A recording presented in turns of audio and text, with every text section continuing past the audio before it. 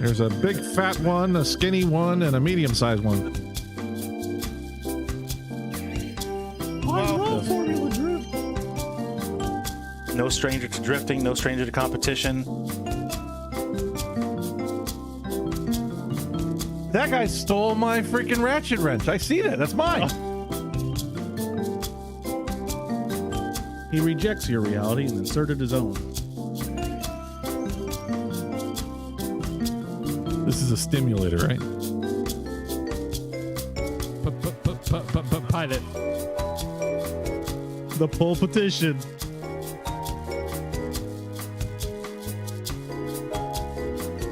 Matt Shulman still on top with the 69.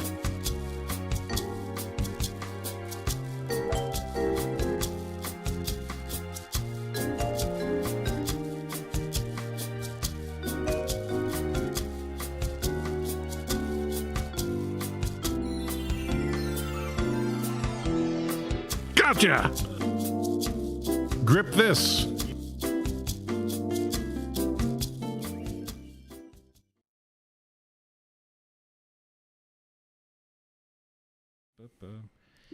Good evening and welcome to another episode. You know Tim.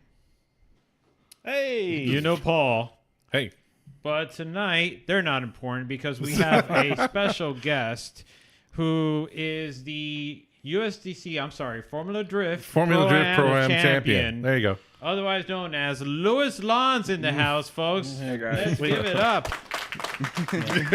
Yes, That represents our indeed. All right, sir. Welcome aboard. How are you? Thank you guys for having me, really. It's pretty cool to come hang out with you guys. Yeah, and you live so close. Yeah, long overdue. Long Right. overdue. Yeah. I mean, it's been like circling the drain. We'll talk. We gotta get Louis Lanz. He lives right there. Like, and then Christian Catron was like, Christian's like, Louis Lanz lives like right there. I'm like, I know he lives really close. We're gonna get him on. We're saving it. We're saving it. And actually, I'm glad we did because you're coming on right before your season starts for the 2024 season. How are you feeling? How's that?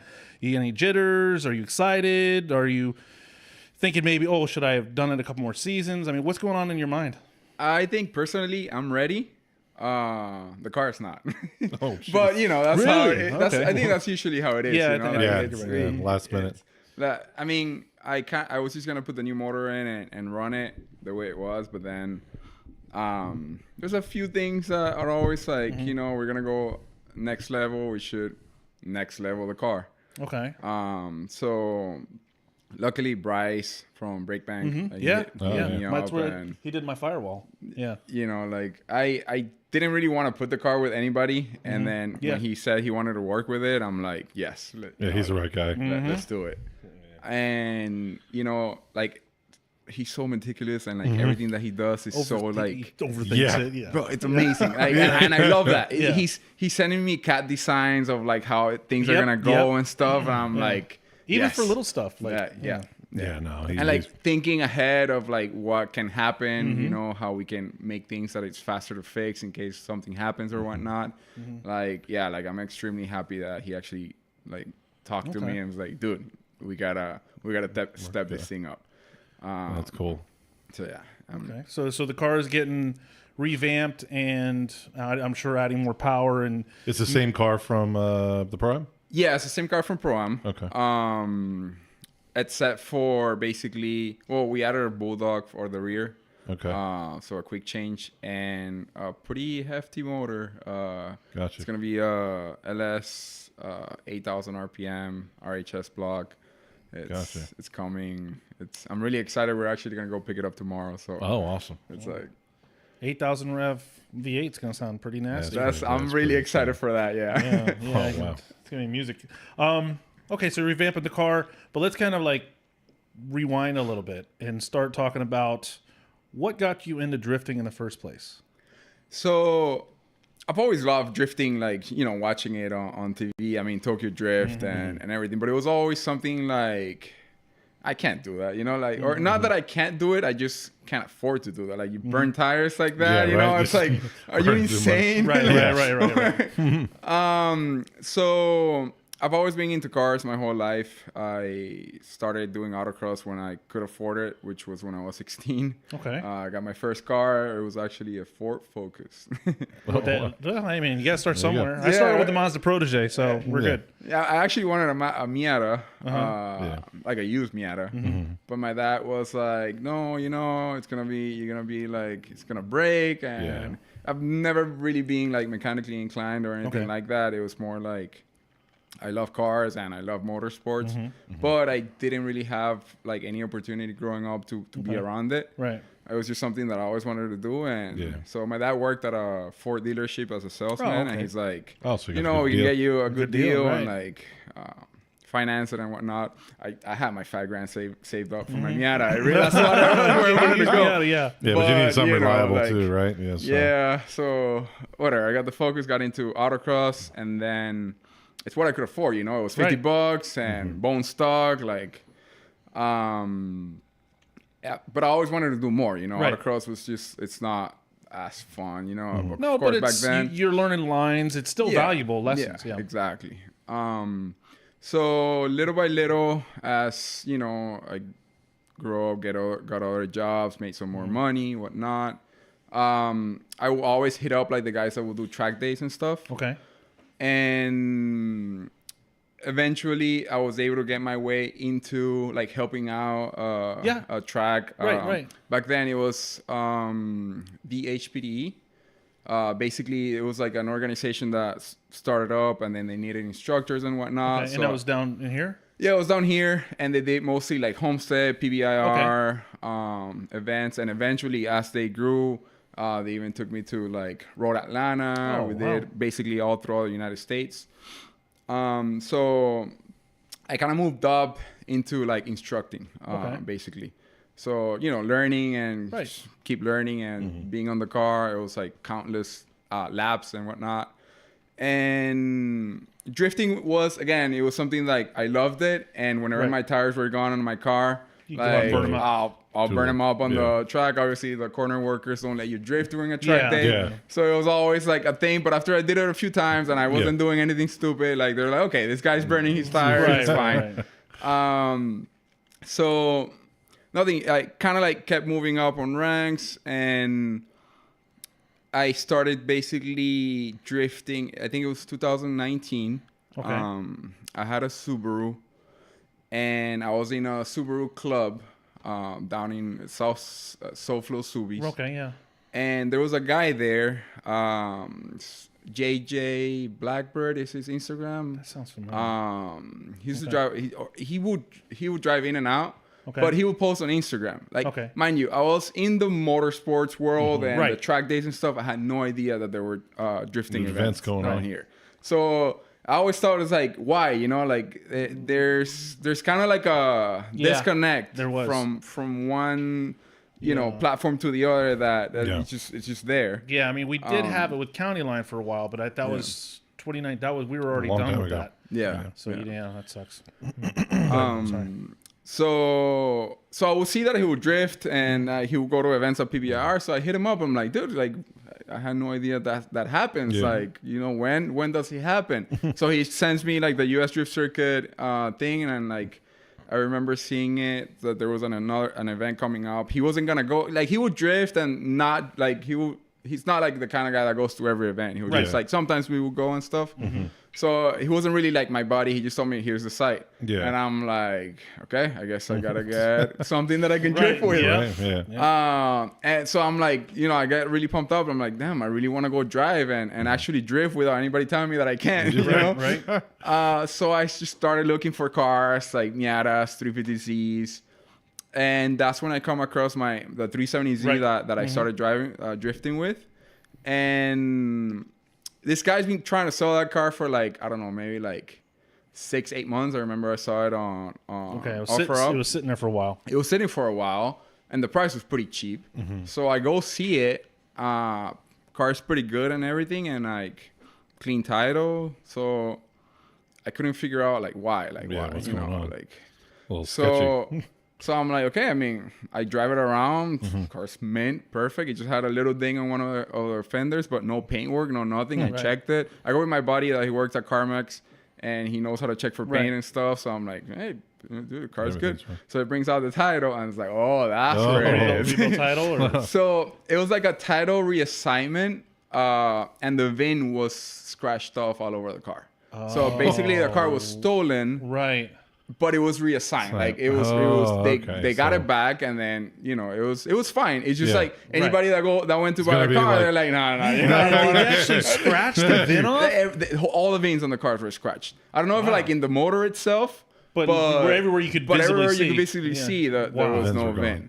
But it had like a Florida VIN reassignment thing. Mm-hmm. So I even though like it looked like legit, the paperwork and everything, I still called the MBA and like, hey, I want to buy this car.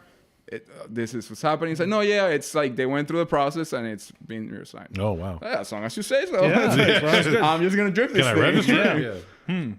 So I got the 370Z and hit up a buddy of mine hey, I need to weld this diff because it was like open diff. Welded it, and I went to my first event with Jackson at Palm Beach. I did not know anybody. Was it on the kart track at that time, or was it only on the big track? It was one of the events that they did. I think it was like a whole weekend that you could sleep there and everything. Like Tandemonium, I think it was. Probably. So they did have like kart track. Oh, okay, good. And I actually made a video on YouTube. It's up on my channel, like my first drift event. Awesome. I was so excited to do it. And, man, I had a blast. And then you got hooked after that. Yeah, basically, pretty much. So, like, but I mean, you still continued the other forms of racing because in 2022 you got the NASA champ. Yeah. So drifting again, it was like I can't burn that many tires, dude. That's crazy. Right. So I was finding like the $10 tires, like buying and whatnot, and like it sucked up. Like my first day, I took like you got to buy extra wheels. I took 10 tires, and the first day I killed them all. Like and the next morning, like I woke up and I'm like, okay, I have to go home because I have no more tires. Especially at Palm Beach, you just burn them all. Yeah, I was a tire shredder. I didn't even attempt to drive the go-kart track. I was basically learning, and no angle kit, no nothing. Car was bone stock, so. That's a great way to learn, though. Yeah, definitely. And good car to learn too. I'm trying to make friends so I can, like get some help and figure some people what to do. You want to get plugged into the exactly the community, yeah. Exactly. And the whole overall community is awesome. It's just like I literally didn't know anybody. So it was like it was awkward. I was the only guy. I was like, who is this guy with that guy? The Z was mint, man. Like everybody looked at the car. I was like, this guy's an idiot. Why is this guy here? That's funny. But so after that, same thing. I would like find tires here cheap here and there, and I just go to Jackson's events and keep trying to learn. But at the same time, I wasn't competing or doing anything other than the track days that I would usually do. You're still learning, basically. Right. I always wanted to compete, but it was just like the budget, like it was. So when did that change from just having fun days where you're like, you know what, I want to take this a little more serious? So I've been basically trying to just grow the budget to be able to afford everything, and it was always like I couldn't bring myself to spend that much money on this, even though it's my passion and I love it, but family comes first, and at first it was more like, I just want to be able to be comfortable, and then I had kids, so it was just I can't really start doing that until I have their college paid off. So it was always like I think I was setting myself stops because I kind of knew how expensive this thing was. Ford is. And the track days was awesome because I didn't really even pay for track days. Sometimes I would even get paid as an instructor. Okay. So it was so that worked out for you. Exactly. I didn't spend any money. I was getting my fix. It was perfect. But eventually I basically accomplished my goals of having disposable income to just go towards it, and I was able to do it through the expense of my company, so it's it generates coming in. So I'm like, okay, let's do it. I think we can actually in 2022 that's when I decided that I can go and try for that championship. But it actually happened in 2021 that we joined a NASA race on Daytona. I found the C5 that was a previous race car. It was good enough, and I'm like, let's just go join a race at NASA and see how we do. Of course, it was like horrible. We ended up last basically, but the first race, I hadn't driven in Daytona in a while, so the track layout, like I wasn't like right on it. So I think we qualified like 6th or something. But we start the race and start passing people, and I get myself up on first place, and I'm like, wow. I'm excited. Wow. You know, like Nice. this is happening. I can't believe it. You know, Right. like my first time in Daytona. And then the slave cylinder goes out like the last 5 laps or something. Are you serious? Of the first How race. could that? Oh Oh, my God. gosh. So I was like, you know, it was just like not knowing, or like kind of like a learning experience. But you Yeah. knew you could get there, so it had to be a confidence booster. That's where it clicked. That's like, I have to do this. Yeah. Like, Yeah. You know, like I feel like I have the skill, because I always like, you know, I don't want to go and like just not get anywhere, you know, like Yeah. be like the Right. last guy. You got to have a goal. You gotta have a goal and like think gotta be like achievable. have your own like self-esteem, like, oh, I can do it. Yeah. And that's basically what happened on that weekend. It was only one race, so I spent a lot of money to get there to you know not do anything. And I was like, man, maybe I could drop it, but it's the Corvette, you know, so you're gonna Right. drop the whole subframe, Yeah. like It's get not to the easy. slave, whatnot. So nothing. I just started like shadowing other racers and seeing what they were doing, and so I'm like, I'm coming back stronger. Like Yeah. this is happening, and for 20, that's when I decided, I was like, okay, we're gonna try for the whole championship for 2022. Okay. So I called up RPM and had them rebuild the tranny, the Okay. diff. We built the motor. So NASA, it's more of like you gotta, where I was competing ST3, it's like 10 horsepower for 1 pound. Like that's the ratio. Okay. Really? Okay. So you don't really have to have like a Very like. fat, like a Right. high It's horsepower it's motor. very spec. But It's like spec classic. yeah. So you know, the whole idea was to build this motor to have like a higher, like just get up there really fast and just stay. Yeah. And so we did, again, not knowing. We go testing to PBR. I think this was like at the end of the season of 2021 that we were kind of like testing to go for 2022. And dude, I do 2 laps and I rot just right Oh, after you on built the motor? on the motor that we just Oh built. my God. So No warranty. yeah, no, it's like it is what it is. It was an old motor that we just refreshed right. and made it But still. better. But so that's what, talking to the other racer guys, it's like, your first mistake was just building a motor. Yeah. We just buy one low mileage, Yeah. throw Right. it in, Don't those things touch will it. last forever. Do not Wow. touch Like it. you don't yeah. need the horsepower, just Right, send right, it. right. I'm like, okay, the more you know. So that's what I did. I got a motor, threw it in, Spins. never Just throw opened. it. It came out of I think it was like a 2003 or 4 C5 automatic. Yeah. Like 30 something thousand miles. I looked up the VIN. It was like probably some old lady crashed Right. it, and Yeah. motor was. Right. Fine. Mint. Yeah. So went with it for 2022. I had basically the most reliable car that I could have. Okay. And yeah, first race of 2022, we win it at PBIR.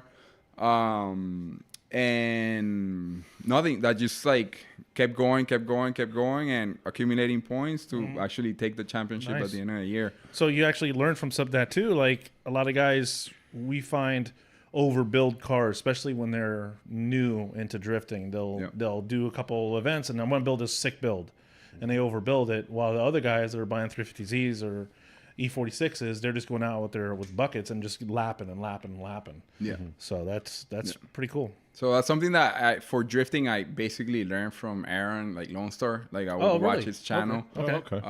He'll always talk about it, like don't build. It's like, I'm Yeah. going with a stock 370 until I can move up, and then I got the angle kit, and so luckily there's guys like that just put that content out there and helps Yeah. new guys Keep it coming in grounded to and stuff. follow that way. Yeah, there's been a lot of drivers that have kind of, I wouldn't say paved the way, but have been through all the do's and don'ts, that if you're new into drifting, you can watch these guys and you learn a lot, get a lot of wisdom from them, and save you a lot of headaches. Yeah. Yeah, for Save sure. you years and years and years of time. A lot of money too. Yeah, Yeah. for sure.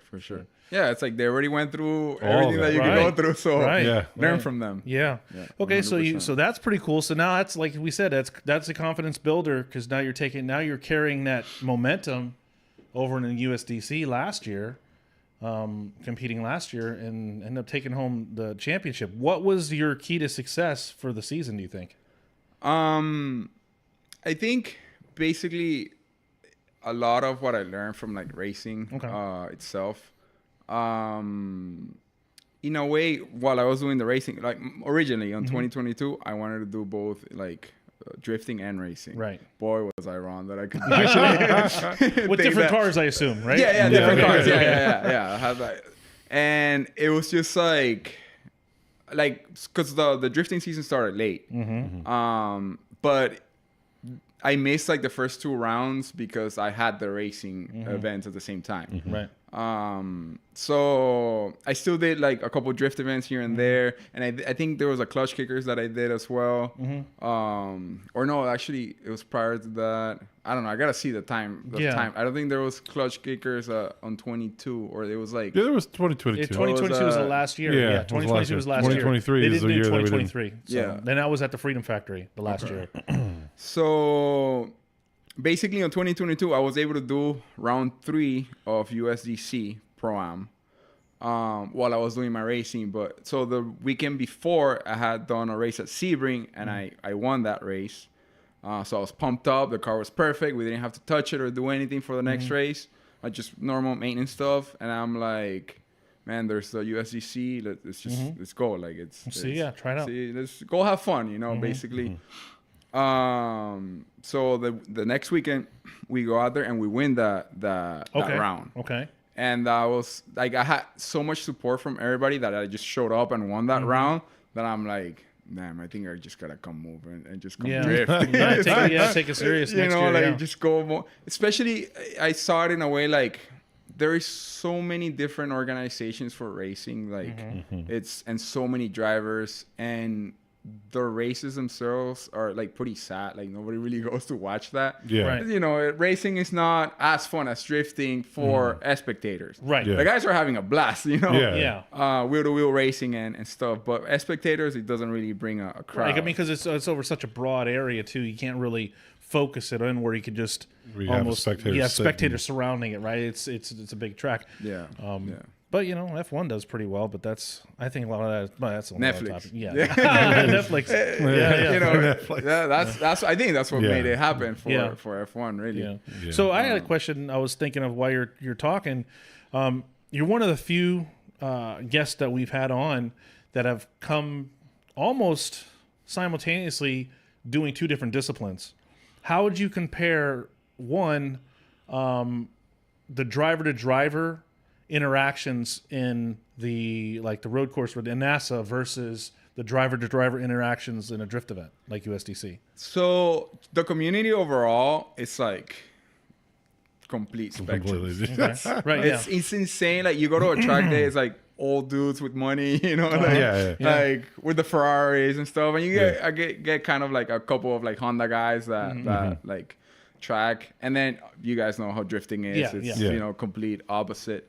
And then when it comes to like competition racing, like circuit racing, it's obviously not as friendly as drifting. Drifting is more like you need anything, like you need a tranny, here's my tranny. Yeah, we want to battle it out. We want to have a it. good fight. Yeah. Whereas in competition racing, it's depending on the people. Of course, there's like really nice people out there, but it's more of like it's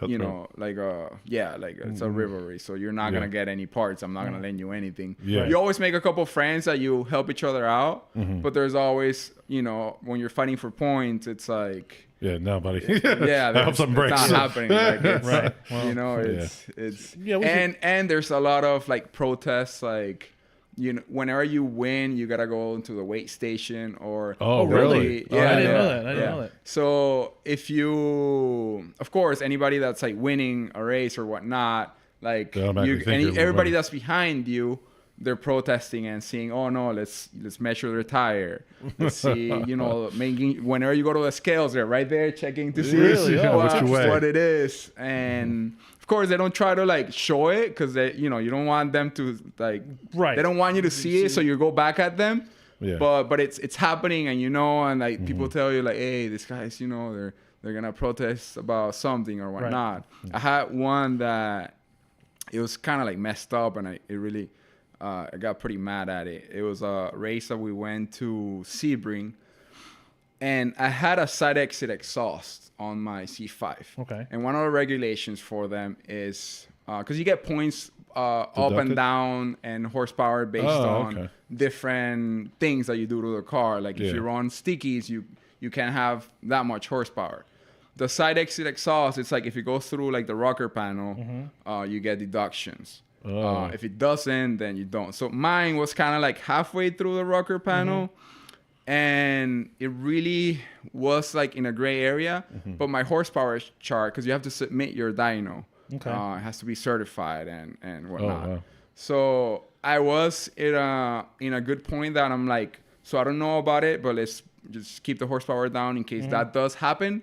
We're still good.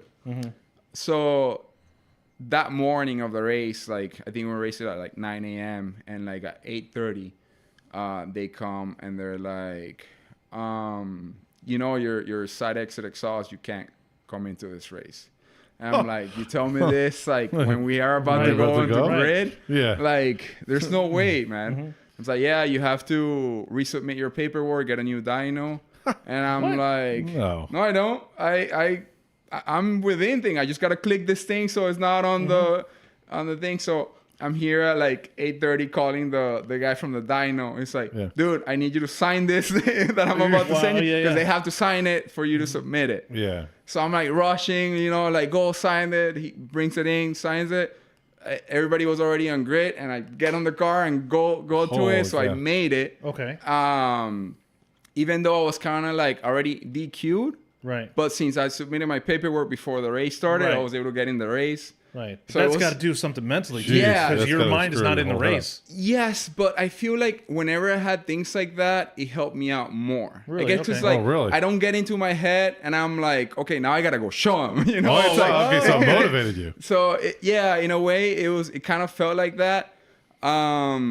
So that, we were able to like get through those hoops, and my dad was there. He was so pissed. It was just like a whole, I can imagine thing.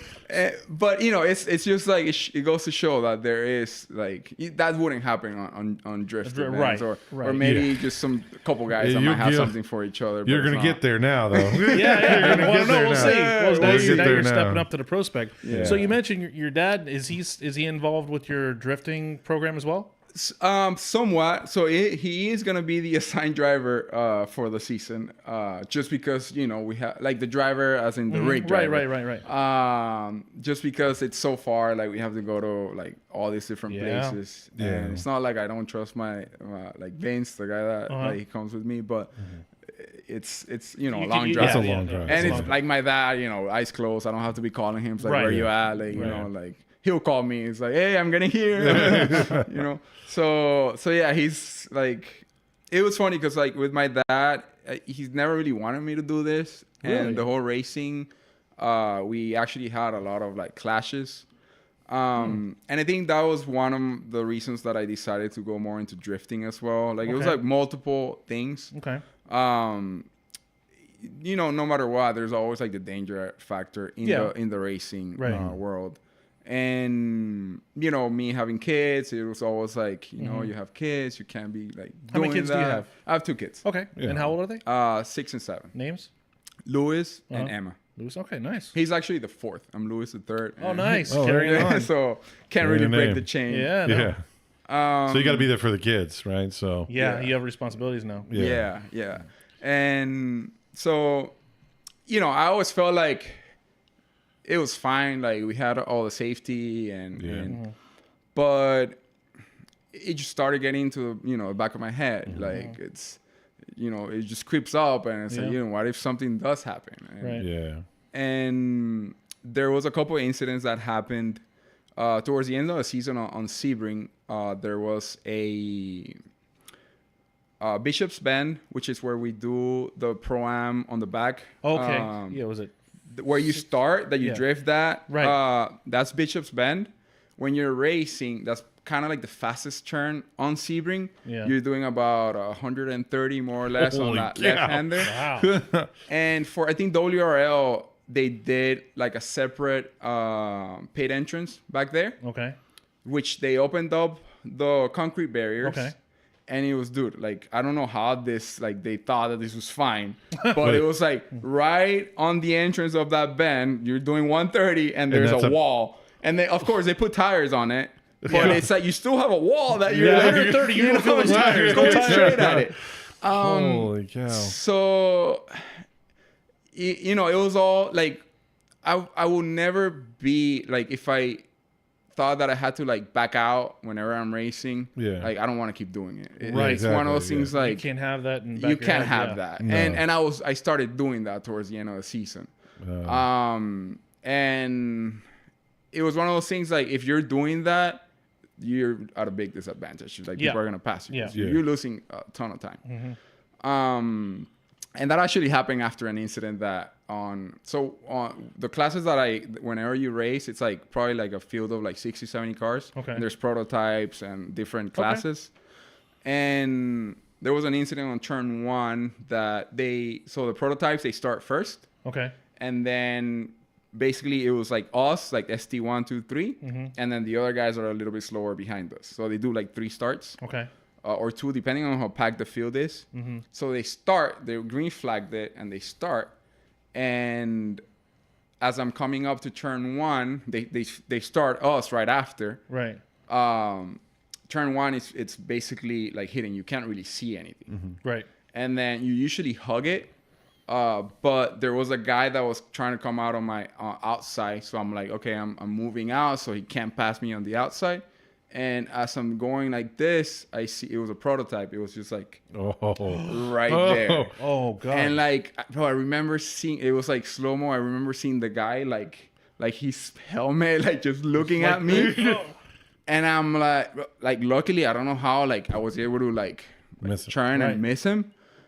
But that like just like freaked me out, man. Right. Cause like, Yeah. if that wouldn't have happened, I would have hit him straight on. I probably would have killed that guy. yeah. Oh, Like, jeez.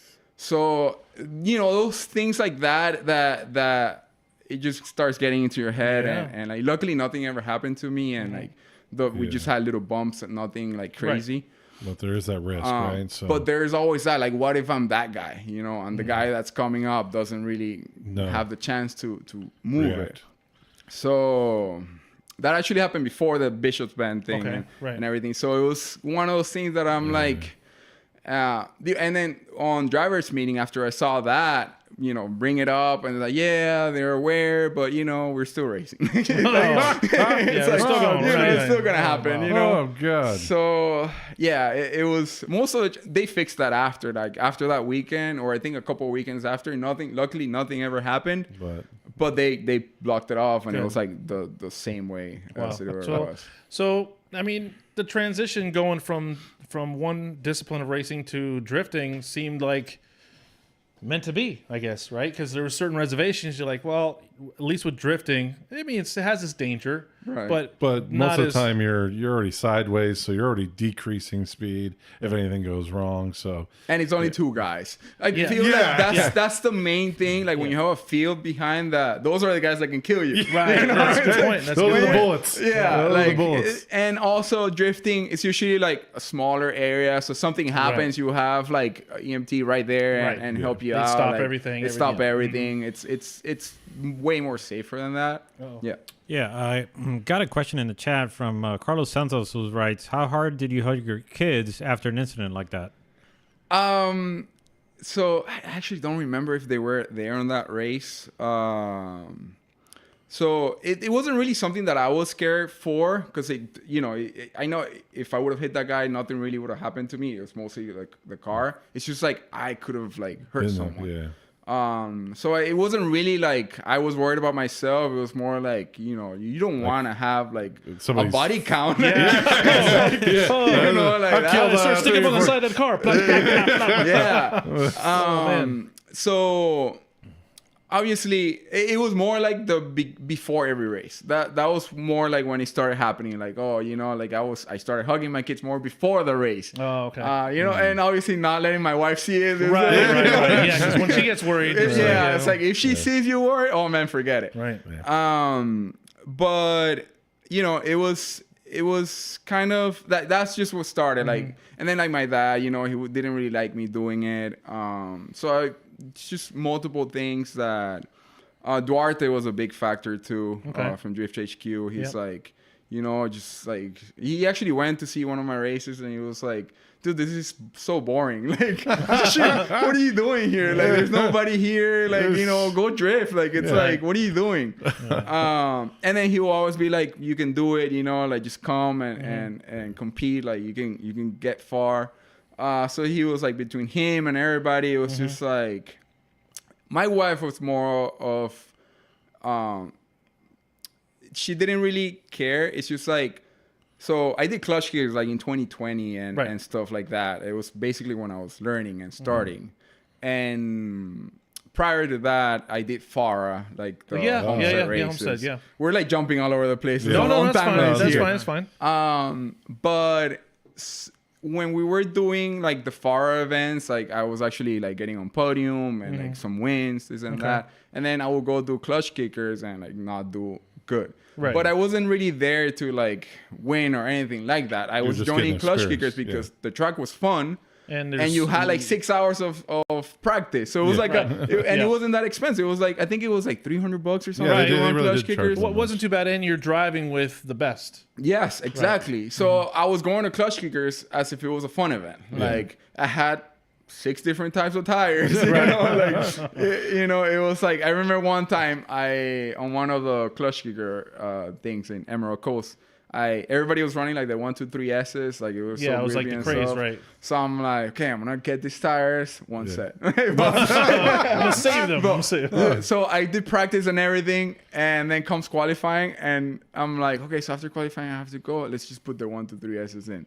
Oh god, totally different. Of course, you know, but that's like the lack of like knowing and experience. Yeah. And now I see guys on pro I'm doing the same thing, and I'm like, dude, no, you can't do that. Right. But mind you, I was doing the same thing.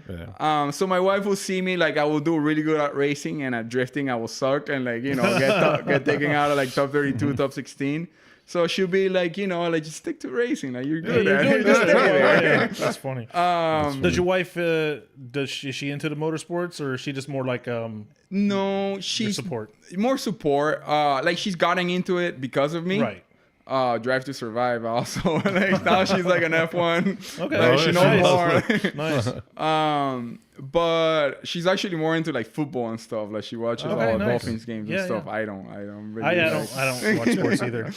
But yeah, that was basically on the whole drifting side. I kind of like went against my wife because like I kind of wanted to prove it to myself too. It's like, oh, I can actually like drift and I'll show her. Yeah, I'll show her. Yeah, and you did, right? Like, hey, you took home the champion. It's funny because we talked to Connor O'Soley and a couple other people that came from motocross, and that's another thing is they chose going into drifting is so much safer than those sports, and it's because we asked them, how do you get like you have? It doesn't seem like you have any fear. Right. And it's like, yeah, no, because like, and I'm surrounded with a big cage, and right. Those guys that do motocross racing, I mean, they're throwing their bodies up in the air, and there's nothing to protect them. Yeah. And we notice, and that probably carries for you too, because you're used to doing 130 something miles an hour through turns. I would say a good 70 or 80% of the drivers that are drifting have never done that. Yeah. So you have, it's for you, it's just kind of slower pace. So that fear isn't there for a lot of people that are doing it now. You know? Yeah, there's really no like fear in drifting that I can think of. For you. For some people, but for somebody that doesn't have any race experience, they come into drifting. There's definitely that fear. Yeah. So that's a definitely. Well, there's something too, like doing different forms of racing where you're going so fast, your brain it's like. Well, it has to be able to process all these different things that are going on at a much faster pace.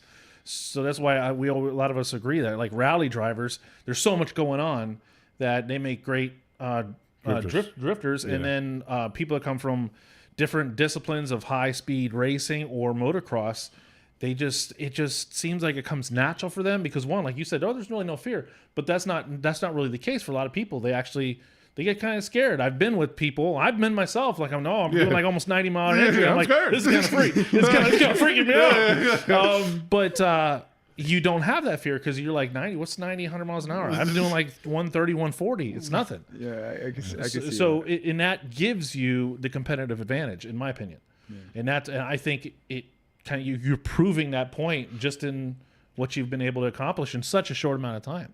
If you think of it, I mean, now you're just taking the next step in the pro spec, and that's a whole nother ballgame. Right now, you're going to go against some big hitters, and you did the right thing by revamping the car, right? Because now I have to make sure, one, it's reliable, you can fix it quickly, and I think you got a great support system, like with Bryce and other people as well.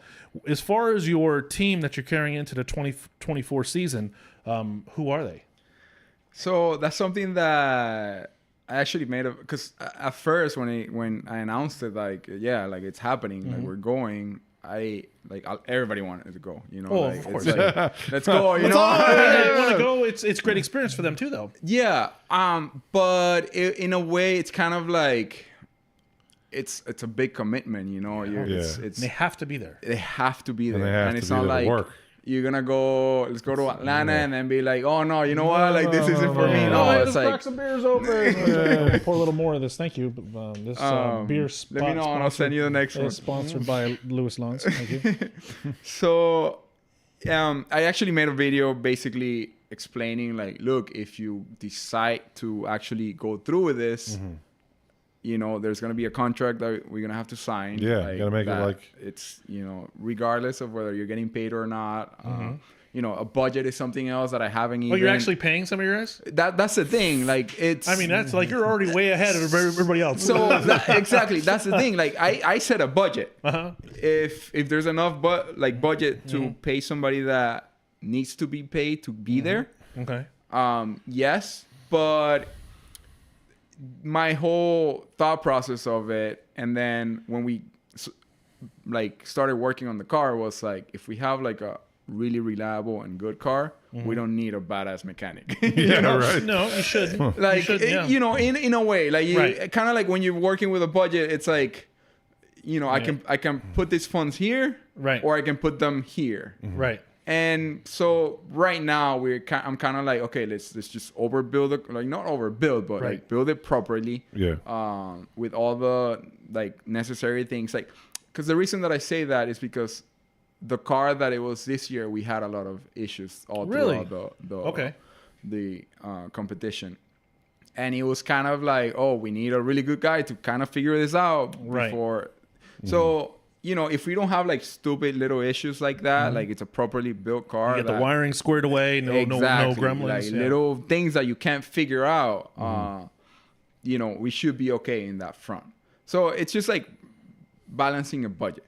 So back to that, I made a video and I made it very clear. Look, if you are thinking about doing this with me and you want to go, watch this video. If you still want to do it after the video, these are the expectations. These are expectations. That's the right way to go into it, man. That's really is, because you got to have the commitment from the team. Because if they're not committed, is that something that came to you naturally, or did you get that advice from somebody? Because I've never heard anybody do that. No, actually, it came to me naturally, but because of what I've heard of like different teams of what happens, you know, like it just happens. People like guys go and or a lot of guys they just go with whoever they can find and figure it out. Yeah. But so and I think like Freddie has something to do with this, because he's basically, dude, if you're spending $5,000 to be there, like, don't cheap out on everything else. Right. Like, you know, like, why are you gonna spend $5,000 to get there and like something happens and like, let's go home. Pack it up. Like, you know, like that's and that makes 100% like sense. Yeah. So that's why like I kind of like set a budget, and depending how I see things, I might get one guy that maybe I have to pay that guy to be there, other than somebody else that, look, I'll go for fun or I'll pay my way to be there. So I have not chosen a team yet. Okay. I send that video to everybody, and I have basically guys that are willing to do it. Okay. And then what? I'm sorry to cut you off. What positions are you looking for? I'm spotter, obviously one. spotter, obviously, crew chief, Okay. main mechanic, and depending on who we get there, we might get a couple more guys or not. You know, Okay. there's successful teams that work fine with 3. Okay. What about media? Like media, because you can't do that while you're focusing on anything else. Yeah, so media is great for sponsorships and stuff. So sponsorship is like another whole That's a other whole topic right, that we have to exactly. get into. Right. And I feel like the amount of work that you have to do to kind of like get those sponsors. In my case, I feel like if I work in something else, I could just make that money and spend it. Okay. You know, that it's not I like get I you. make massive amounts of money, Yeah. but dude, if you really see like what all the YouTubers and guys that working do to. this, like they have like the most successful drifter, I guess, Adam, like he didn't build that in a year. No. I mean, he You know, actually carried over his Ex- YouTube popularity over into drifting with him. Exactly. So if you Yeah. think about the amount of time and effort that he's put, To and get- if you put that into a career, like he could have been a doctor, you know? Like, Yeah, I'm yeah. not saying like Yeah. one is better It than worked the out other. for him, though. But Right. of course, definitely, for sure. So But it's it was a lot of work. it's a lot of work, and then you see them how they're constantly making content, and like Yeah. Takes a lot I'm of time. enjoying an event, and they're like talking to the camera and like doing the content Yeah. stuff. So Wow, that's what you're it, saying. it's kind of like. Your time is worth money. Do you find it more valuable to spend the time behind the camera? For you, no. For you, take that time and fund through other means. Exactly. Like, and enjoy being there, because the whole, I'm Yeah. not doing this for like, you know, getting famous or Right, making right. money. Like, Yeah. no, like I want to go there and have fun, Fun, you know, right. like try to be with the best and try to move to the next level. Right. But enjoy the process, kind of like enjoy the road, not Yeah. like the And that may achievements or come where whatnot. it gets to the point where, like, look at Chelsea Denofa. Like, he was doing a little bit, but now once he joined RTR, that blew him up. I mean, he just focused on his driving, like what you want to do, and he made a name for himself because of his driving. And I think that's a great way it's organic, and as far as I'm concerned. You know, you have a lot of people, a lot of drivers are trying to do the whole, you know, YouTube thing or whatever, and try to use that to fund the program. I think you're attacking this with a lot of wisdom, and it's like it seemed like you really got it planned out more than a lot of people that I know, myself included. Well, thank you. I hopefully, you know, it works out. I just feel like there's no disappointments this way, you know. Because the whole social media aspect, and I feel like it's not only, you kind of need charisma. Like it's Right. you have to have a specific personality. You gotta find that niche that people like. There's some people with some really bad personalities that are out there and love porn, but they still make it. But anyways, What the hell, me? no, you were going to ask something. You just saw your figure up. Yeah. No, I just wanted to comment that it's a way different approach from what we've seen with a lot of the other drivers. To add to what Tim is saying, is because you're seeing a lot of drivers that have this focus and emphasis on social media and getting a following and followers, because a lot of these sponsors that they're trying to appeal to get these funds for their programs, they're asking for these numbers, these social media numbers, like how many views are you getting through your videos, how many followers do you have, what's your engagement like. So these are tools that, or metrics that they're utilizing to see whether or not, like, okay, They're gonna sponsor is the person or is not. this worth our time, or are we going to pass on? And just there any your approach to it is completely out of the left field. It's like a Yeah, I curveball. don't think I've ever heard anybody talk about it like that. So that's impressive. So in a way, I kind of like just did like easy math, you know, like if you're going for did math. easy math, You're already easy. above everybody else. Just saying. No, you use the word math. I mean, that right there is totally different league. So, you know, in a way, if you are running like a social media program, you have to dedicate 4 hours a day on it. You know, like not only, I mean, go ahead and open your Instagram. How many hours a day are you guys on it? You know, and that's not basically just for entertainment, but when you are trying to make content, you got to see what's happening, what's clicking, what's not. So not only are you making the content, you got to try to make the content that actually people like and it's out there and it's going to generate views and engagement and whatnot. That's why we don't do so well. We're like that. We're like, we do this and then we just... well, if it does good, you know, whatever. What are we gonna eat for lunch? But you guys are doing this for fun, you know. That's I think that's the whole aspect about it. And I would love to just make content for fun. Like that would be awesome for me.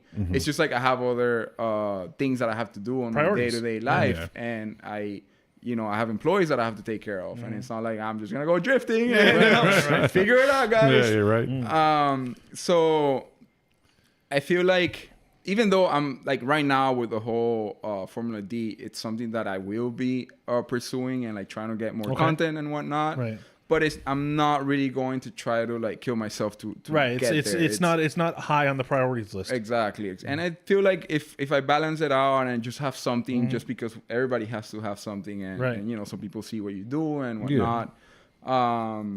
But in reality, it's really hard to get sponsors because you have to give them a return on investment. Every time you hear that, it's 100% true. And I feel like representing my own company and just having my name out there. And so what is your company? Go ahead. So Parts W is my company, and we basically import and distribute chassis and steering components, like ball joints, tie rods, control arms, but OEM, no angle kits. It's right. That's because that makes the money. Right. So, and it's funny because whenever we have an event or like Fuel Fest, and we get all these hits on the site, and you know, sales do go up. Basically because Parts W is on my, you know, the main thing on the car. They look at the company before they even open my name or Instagram or whatnot. So it, you know, it's like does do well return on investment for my company and myself. So at the same time, any company that's gonna give you money, they gotta be able to see that. And nowadays it's more on like the social media of like how many followings you get, and understandably, you know, stats. Looking at those metrics, and you get the big guys, and you give a lot of money to the big guys, and you see a huge flux of people coming your way whenever that happens. Where you get little guys, maybe like me, you're not gonna really see much. You're not gonna move the needle. Exactly. Not yet, but in the future, hopefully. So I feel like I just want to be able to do it like organically, not kill myself about it, and just set up budget, try not to go over it, and you know, go from there. It's like all these new words that we're hearing from a driver that we've never heard before. That's funny. All right, good. Yeah, so let's take a step back because you mentioned clutch kickers and you mentioned a car, and your car has a bit of a history tied to clutch kickers, because I feel like, I don't know why I think of this meme as, I forget the meme, but it's the one that the guy is like standing in the corner and he's looking at something around the tree. Yeah, he's like, the guy around the tree. That's funny. Yeah, exactly. So I feel like that was your viewpoint when you saw the Clutch Kickers Corvette that was on the Freedom Factory season. Exactly. And so that season went through, but then all of a sudden we saw a post from Zach Poloff saying that it was up for sale. And then all of a sudden we heard nothing, like radio silence. We don't know what happened to it. We thought maybe it got imported, or exported. My apologies. And all of a sudden we see the car at Fuel Fest. That's where I saw it. Behind the wheel of a different individual. And it turns out it's this man right here. So can you tell us a little bit about the history as to how you came about acquiring this car? How'd that transaction go? So I think that was the end of 2022, where I had already, you know, mentioned like I wanted to just go drifting, and originally I didn't care much about like Pro-Am and stuff. I just wanted to go to Clutch Kickers. Back then in 2022, we thought that there was going to be another We did. 2023. We did. Even though there were talks or whatnot, and of course it's a pro car-ish that was already built. And the amount of time that I was gonna spend building a pro level car, it was gonna be like way great. Like I was not gonna be able to make it for Yeah, any because it's season not that just started. parts; it's also the time that it takes to fabricate everything. Exactly.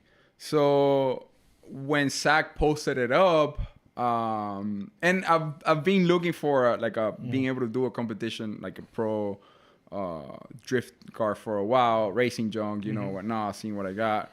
When Zach posted it, I'm like, yeah, I think that's what we gotta jump on because you know it's just gonna save me so much time and money. Like, And it's been regardless. tested. And it had been tested. multiple times. Yeah. And crashed, I think, a couple times. Yeah. So that's basically what happened. I think like toward the end of 2022, and I was like, okay, I can get this car and start testing it, and you know, be able to use it for next season, whether it's clutch kickers or 50. I remember saying like with Zach, I was like, dude, is clutch kickers gonna be around? I was like, I don't know, you know. So I was kind of had to like, it's probably not, but 50K. Right. It's still happening, and so that was my idea. It was just let's just do 50K with it and you know have fun with it. Yeah. That's basically how it Okay. came to be. And how was your experience jumping into that car? Was it vastly different, or how long did it take you to get accustomed to it? So it was different, definitely. You know, the whole Corvette, the way the car was built, it wasn't really up to like the way I wanted the car to drive. So I started making changes, trying to make it more like my other C6, my street C6. And I think like little by little, I made them more like similar to each other. Obviously, this car has the front transmission, so you know the Right. whole thing is a little bit off, but corner balanced it, made it like much similar. The more different thing between the two of them was the transmission, since it is a dog Right. speed, and you know it was just a 60/60 on the C6. But once you know I take it for a couple of laps, I'm like, okay, I'm in this mode now. Like it's fine. It just transfers. It's a different weapon. It's a different but then I changed the shocks, put them the same, the whole suspension. So little by little, I just made them more similar to each other. Now I'm running the same wheels on both cars. Basically, my whole idea is to have like two copies of each other that I can use. Like the wheels. It makes and it stuff. seem more seamless when you go from one to the other. Yeah, exactly. Did you change the angle kit? I did. Yeah. You went to Weissfab? Yes. Oh, okay, yeah, because I saw a bunch of FTF stuff for sale. I'm like, I'm a Weissfab guy, so I'm like, I'm like, oh, it's awesome. But what have you drove it with the Weissfab or? Yeah. It's actually the whole season. really? Last It year was was Weissfab? on the Weissfab. Oh, okay. I'm not saying one's better than the other. They're different. It's different. I think what just clicked me into Weissfab, it might have just been like luck or whatever, but I think it was like 2022 where I did 50K in Indiana. That like I had just put the Weissfab on it, and we did I think it was. Yeah, we tested it at the 4th of July Drift HQ event in Atlanta on the way up. Yeah. And then we kept driving up to the Indiana 50K. And man, it felt so good. I was hitting all the zones. I ended up taking first place qualifying on that comp. And I'm like, okay, that's it. I'm just driving myself from now on. Like, sold on. But it might just be, I think it's just depending on the driver, like one people might like one better than the other. Yeah. It's just like, or the setup or whatnot. So yeah, I did that, and I've had that kit for a while. It's just like I never really got a chance to set it, and now that we need to increase the budget. That's funny. So going back to this past year, you've mentioned a couple of struggles with the car. Some of it, I mean, actually, I would say like a lot of it, wasn't your fault. And I think one of the notable moments was the bumper incident. I think it was in round 1. So what happened Was that there? with Nick Ward? Was that? No, it was. No, it was, That was Nick Ward. the Nick Yeah. incident. Yeah. So I guess from your point of view, talk about how that ended up with that incident, and then also just you having to yell at the track, official. It's like, please stop. You don't know what you're doing. Just please. So yeah, go ahead. No. Yeah. Tell us what was going through your mind at that moment.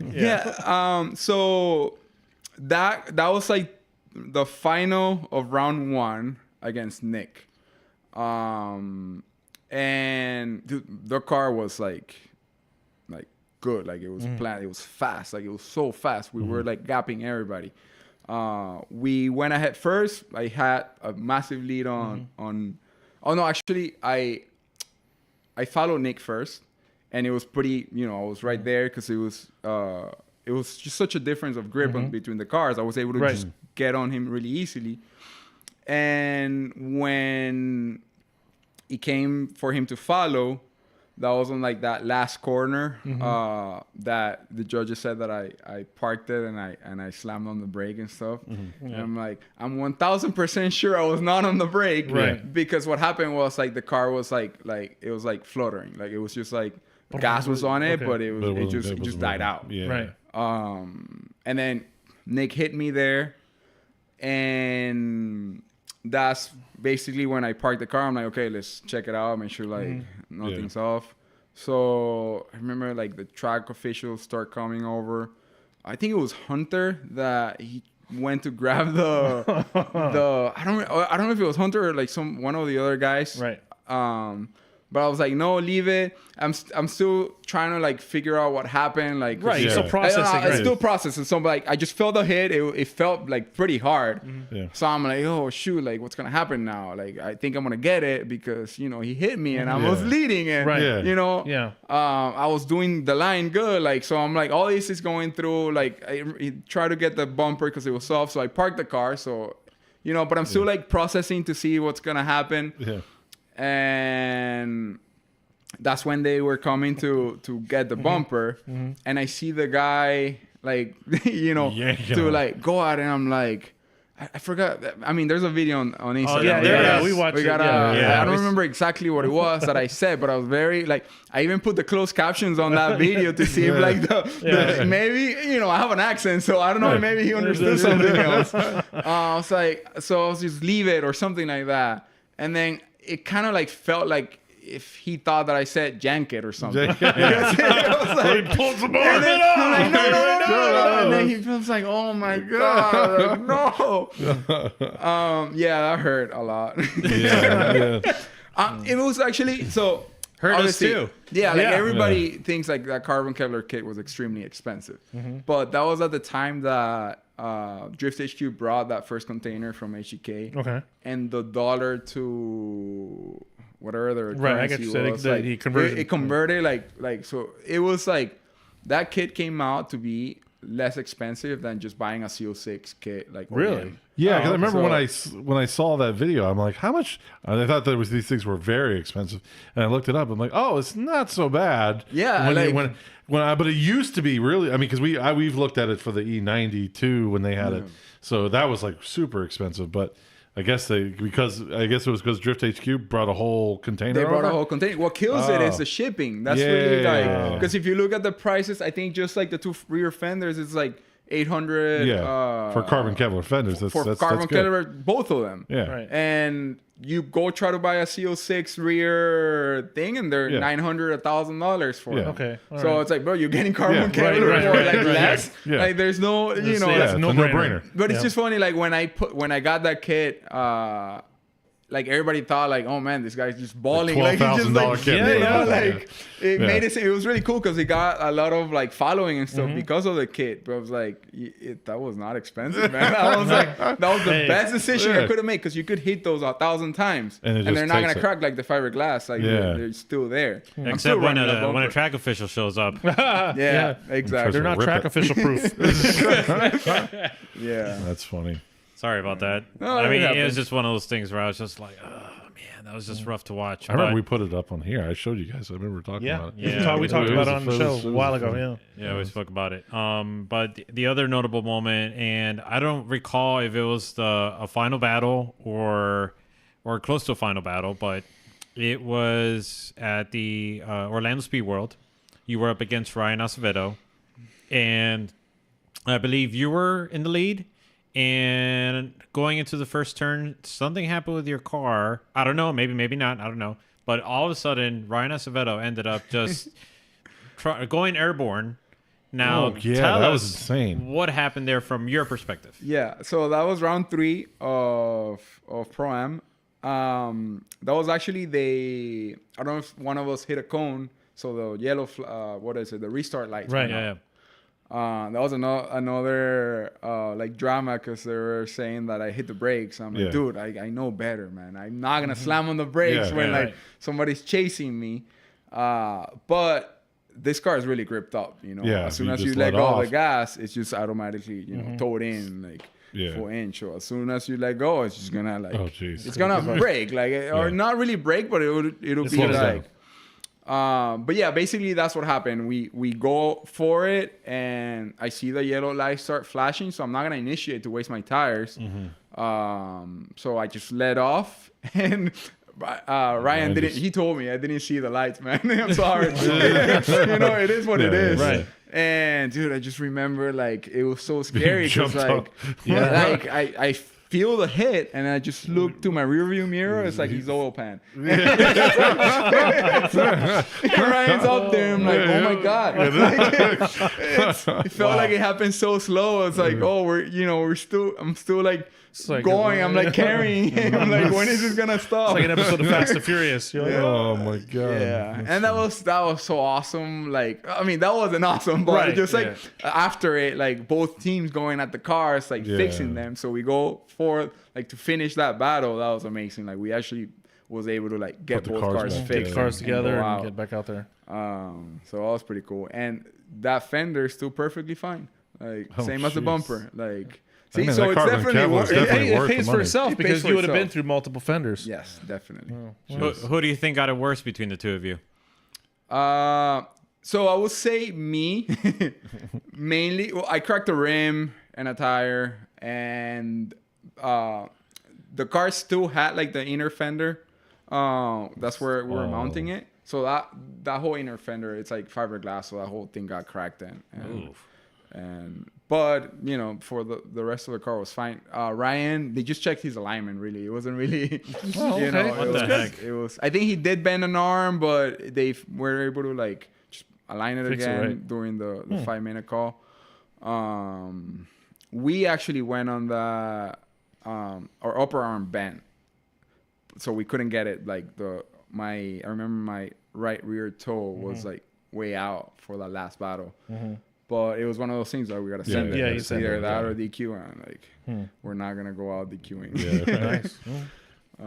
What was something you learned at the end of the season that you wish you would have known at the beginning? That's something that I gotta think about. Okay. There's nothing that really comes to mind right away. I think the whole the preparation of the car, really, just like having like if you're going to, you want to go try to win Pro-Am, you want to have like a reliable, prepped car.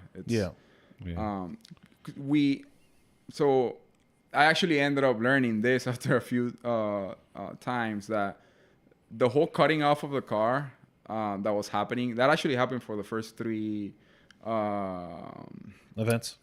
Okay. It didn't happen on the 4th because I didn't use a car for the 4th. But at first I was having fuel pressure issues, and it was like dropping like 5 pounds or 6 pounds. Okay. So we thought that that's what was making the car like hiccup. Down, right? Yeah. And dude, it happened like, luckily it never happened against any battle against Steven. Just for like a little bit on one of the end of the battles, but it wasn't anything that like took points away from me or anything. Tassinero? Yeah. Okay. That he was like my what do you call it? So the guy that I knew I had to beat every time. I feel like he was like the most talented or skilled driver in the series. So every time it was against him, and funny enough, it's like I think he was like my top 32, top 16 battle like every time. Oh jeez. So I'm like, damn, Steven again. It's like, but so the whole thing about the car, it was fuel pressure issues that we thought, and the car would just die. It would just die. And we figured this out at the end of round 3 against or before Ryan.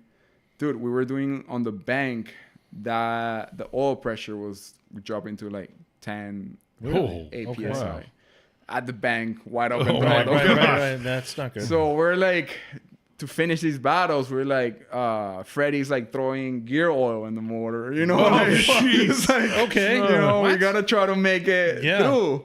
Because there was if I would have beat Ryan, I would have secured the championship. I didn't have to go to the final. So Freddy was like, dude, I mean, it could cost you a motor, but you could just not have to do the last round. So we did math.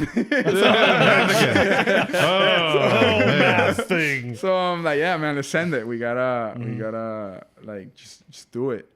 I mean, it didn't turn into our favor. Luckily, I had the other car that we just had to basically qualify for the last round. Was that motor toast after that? We pulled it out. Yeah.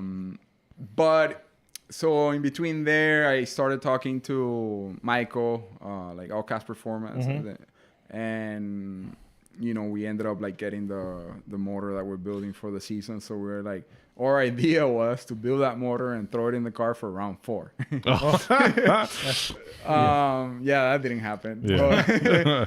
But luckily, I had the other car. I was like, okay, look, we just go and like qualify and It gets you enough points. So you think the oil pressure had to do with your car cutting out? And stuff? so the whole cutting out thing, we were so fixated with the fuel pressure dropping like 5 pounds or whatnot. We thought that's what was happening. In reality, it was the oil pressure. Okay. It was a fail safe, so the motor wouldn't. So break. Right. So, and we ended up figuring that out at round 3. wow. So basically, that cost me like my final battle against Nick, and then the final battle against Christian on round 2. The car died out, and I had to like get out of the way because they wouldn't get me. But you know, it was definitely a learning experience. That's like, you know, I can't go into a competition with things like this happening. Right, you can't be hyper focused on one thing and then you're kind of blind to the other stuff. And we were like messing around with the fuel pumps. We started like, okay, let's just run it off of one fuel pump because we thought that the fuel was getting too hot. Right. So we were like only run on one fuel pump to get to the line, and then as soon as we were about to go turn off both fuel pumps, that wasn't doing anything. Yeah, it was just it was just something, maybe like the bearings or something in the motor that was causing the low pressure, and then it'll trigger. Huh, interesting. Data logging. I wasn't data logging anything on round 1 and 2. Okay. Now I know for a fact. So that I had 3 to- showed you, the data log showed you exactly what was happening. Exactly. Okay. Yeah, I was wondering about that because I'm like, you had data logs. Yeah, okay, but so round 3 brought the data logs, and that's what solved the problem. Yeah. Or we found out what the problem was. Found the problem. But it was like, luckily, it just everything happened the way it did, and I was able to like get Freddie to like help me out. And, and you know, it's good. Like now I feel like we're pretty prepared to, or I think we are. Yeah. But at least we'll try to do our best at Prospect. Yeah. So where's the round 1 at? Atlanta. Atlanta? Yeah. Okay. And how much time do you have? May 6th? 10th? Yeah, 10th or 6th. Right. Okay. Have you drove Atlanta? Not drifting. I've tracked it. Yeah. So I know about that turn, and you've been through it. That's actually my favorite like road racing track. Yeah. Like, it's a beautiful track. It's amazing. Yeah. And the elevation changes. It's just especially when you go, you know, when you're drifting, you're just going around the horseshoe, but going up and then down, that's got to be a lot of fun. Yes. Because you're like, and then to the right.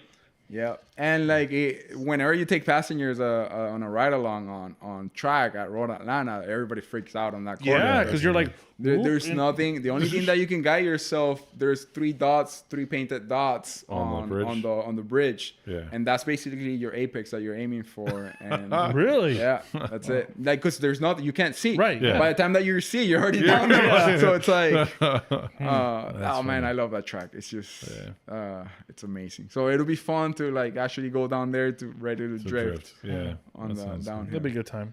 Yeah, for sure. What were some of the things that you picked up either talking to other drivers or driving with them? Let's see.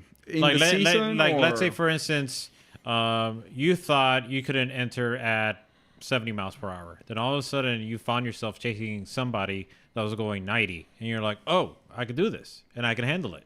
So, was there an instance like that? Trying to think. So for the season or just like overall my drifting? Let's focus on the season. On the season, I don't think I can recall any. Or maybe finding like maybe finding a different line that's better. So there was like a very controversial thing on the first round. Okay. That the entry that I started doing, basically through like I was having a hard time during practice to enter just like straight into that first. I don't know if because the car was like really gripped up, but I just couldn't get the car to do the round. Like I just couldn't do it, and the only way that I was able to start doing it was like manging the whole thing, which I did for qualifying and everything. And then, you know, a couple of drivers started complaining, hey, you can't be manging your entry based on the rule book. They're right. Right, yeah. No more than 2 movements. But, like, I qualified like that, and it was just something that was happening on the background. Yeah. But I was never, like, told or made aware of it. And I remember my battle against Steven, and then I talked to the judges after. Basically, I was doing the manji the whole time. Like, it's not like I was just doing it to some drivers and some not. I qualified like that. I kept doing it. It's what was working for me to be able to get that arc in. I do the manji against Steven. He got lost in it. And so I think the judges, I remember them saying like, oh, yeah, like it was too much. Like you manji way too much on that entry. And then they were like, if Steven does it, then it's fair play. So I guess Steven, since he saw me doing it, and I guess he got, I don't think he got mad, but he's like, oh, if this guy's doing it, I'm gonna do it too. So Steven does it, and that's why they were like, hey, it's fair game, you both did it, like it is what it is. Steven only knew. So yeah, since that happened, so that's something that basically I learned, like, okay, I have to figure out a way to do it that's more subtle, not like just two complete manges into the entry. But I had it like so, like I struggled a lot until I found that. And I remember the cone for the last like outer zone. Right. That was my reference point, that I had to be sideways on that cone to then go into the other cone. So I was just doing that every single time. Every single time. Okay. And I was always making sure I was talking. I think Henry was spotting for me. Pavone? Yeah. Oh, okay. So I was like, dude, make sure they didn't move that cone. Like, if they move, let me know, because that's my reference point. I'm going at that. Henry can do some mean wheelies in a golf cart. For sure. Yeah. Anyways. For sure. I will say, just to kind of back you up, like I remember that event, and you were doing it throughout the whole time. So it wasn't like you were sort of singling anybody out to try to sort throw of throw them off or try to get some sort of competitive advantage towards that. And if anything, you could probably, you don't have to say this. I guess, I mean, I'm saying this. I mean, you can knock the judges for not perhaps being more proactive in sort of, if they had an issue with it, then you probably should have been a little bit more proactive and say maybe during qualifying, if you did it there, then like you stated, then it would have probably said like, hey, well, it should have been corrected before. They should have said, hey, listen, we want to, this is our driver's meeting, and they have driver's meeting multiple. Yeah. We know some of you guys are doing, we want to limit that down. You guys need to stop doing that. But that wasn't brought to your attention. No, it definitely wasn't. And I will also add that if I recall correctly, Steven Tassinero and Nick Ward were two of the few that actually caught on to what you were doing and adjusted. Everybody else struggled, and I noticed that.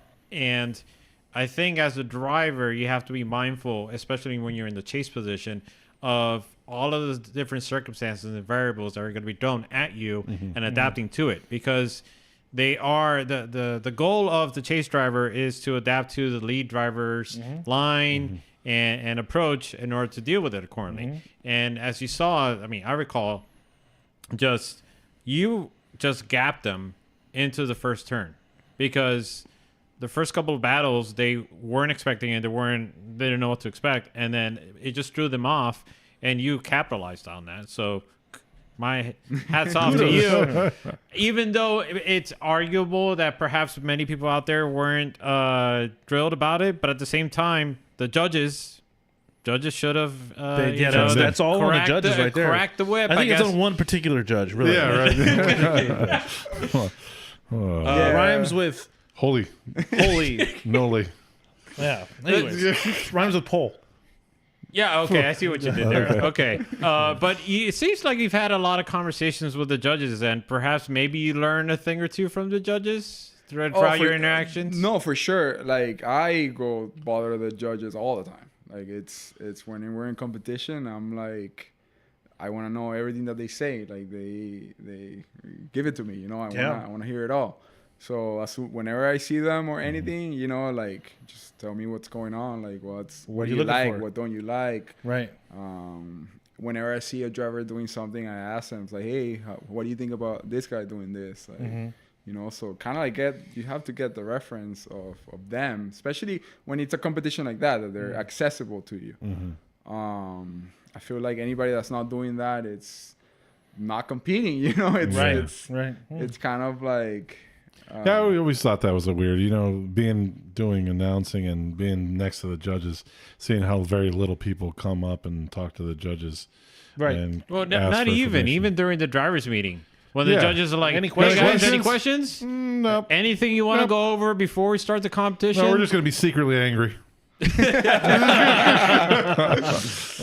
that's true though. No, it is. It's true. They're secretly upset. Wait until I get on the internet later. You're going to hear something from me. Oh no. Oh, no. No, I'm saying them. No, I get it. No, not you personally. I mean, I'm not going to get in there. Yeah. But no, I think it's funny.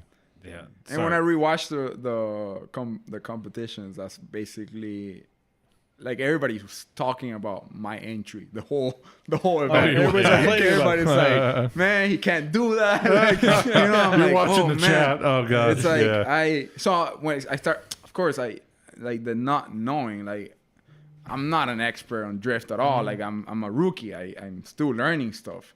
So I see everything that everybody's saying. I'm like, man, like, okay, let me go check the rule book. You know, everybody's saying the same thing. Right. Like, so I went and I checked the rule book, and it does. It's a big area, but at the end of the day, that's how it is. I think the judges that's their job to correct that. To me, I think if the whole point of drifting, at least following, right? I think you should have to deal with that. I think deal with it. You know, throw the hardest lead line you can to follow, and the whole point of the person chasing is to try to follow that. So, yeah, I think it's more rewarding when it's difficult, or it's a better battle when it's more difficult to follow. Yeah, I think about the people that have chased or attempted to chase Chelsea DeNofa and ended up in the wall. So I mean, we've seen that before. Yeah, exactly. Kind of goes like Alec Honadale saying he preferred to chase people that weren't as skilled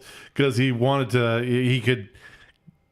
It was more exciting to follow because he wasn't sure what he was going to do. You don't know what to expect, so you have to learn how to react to this.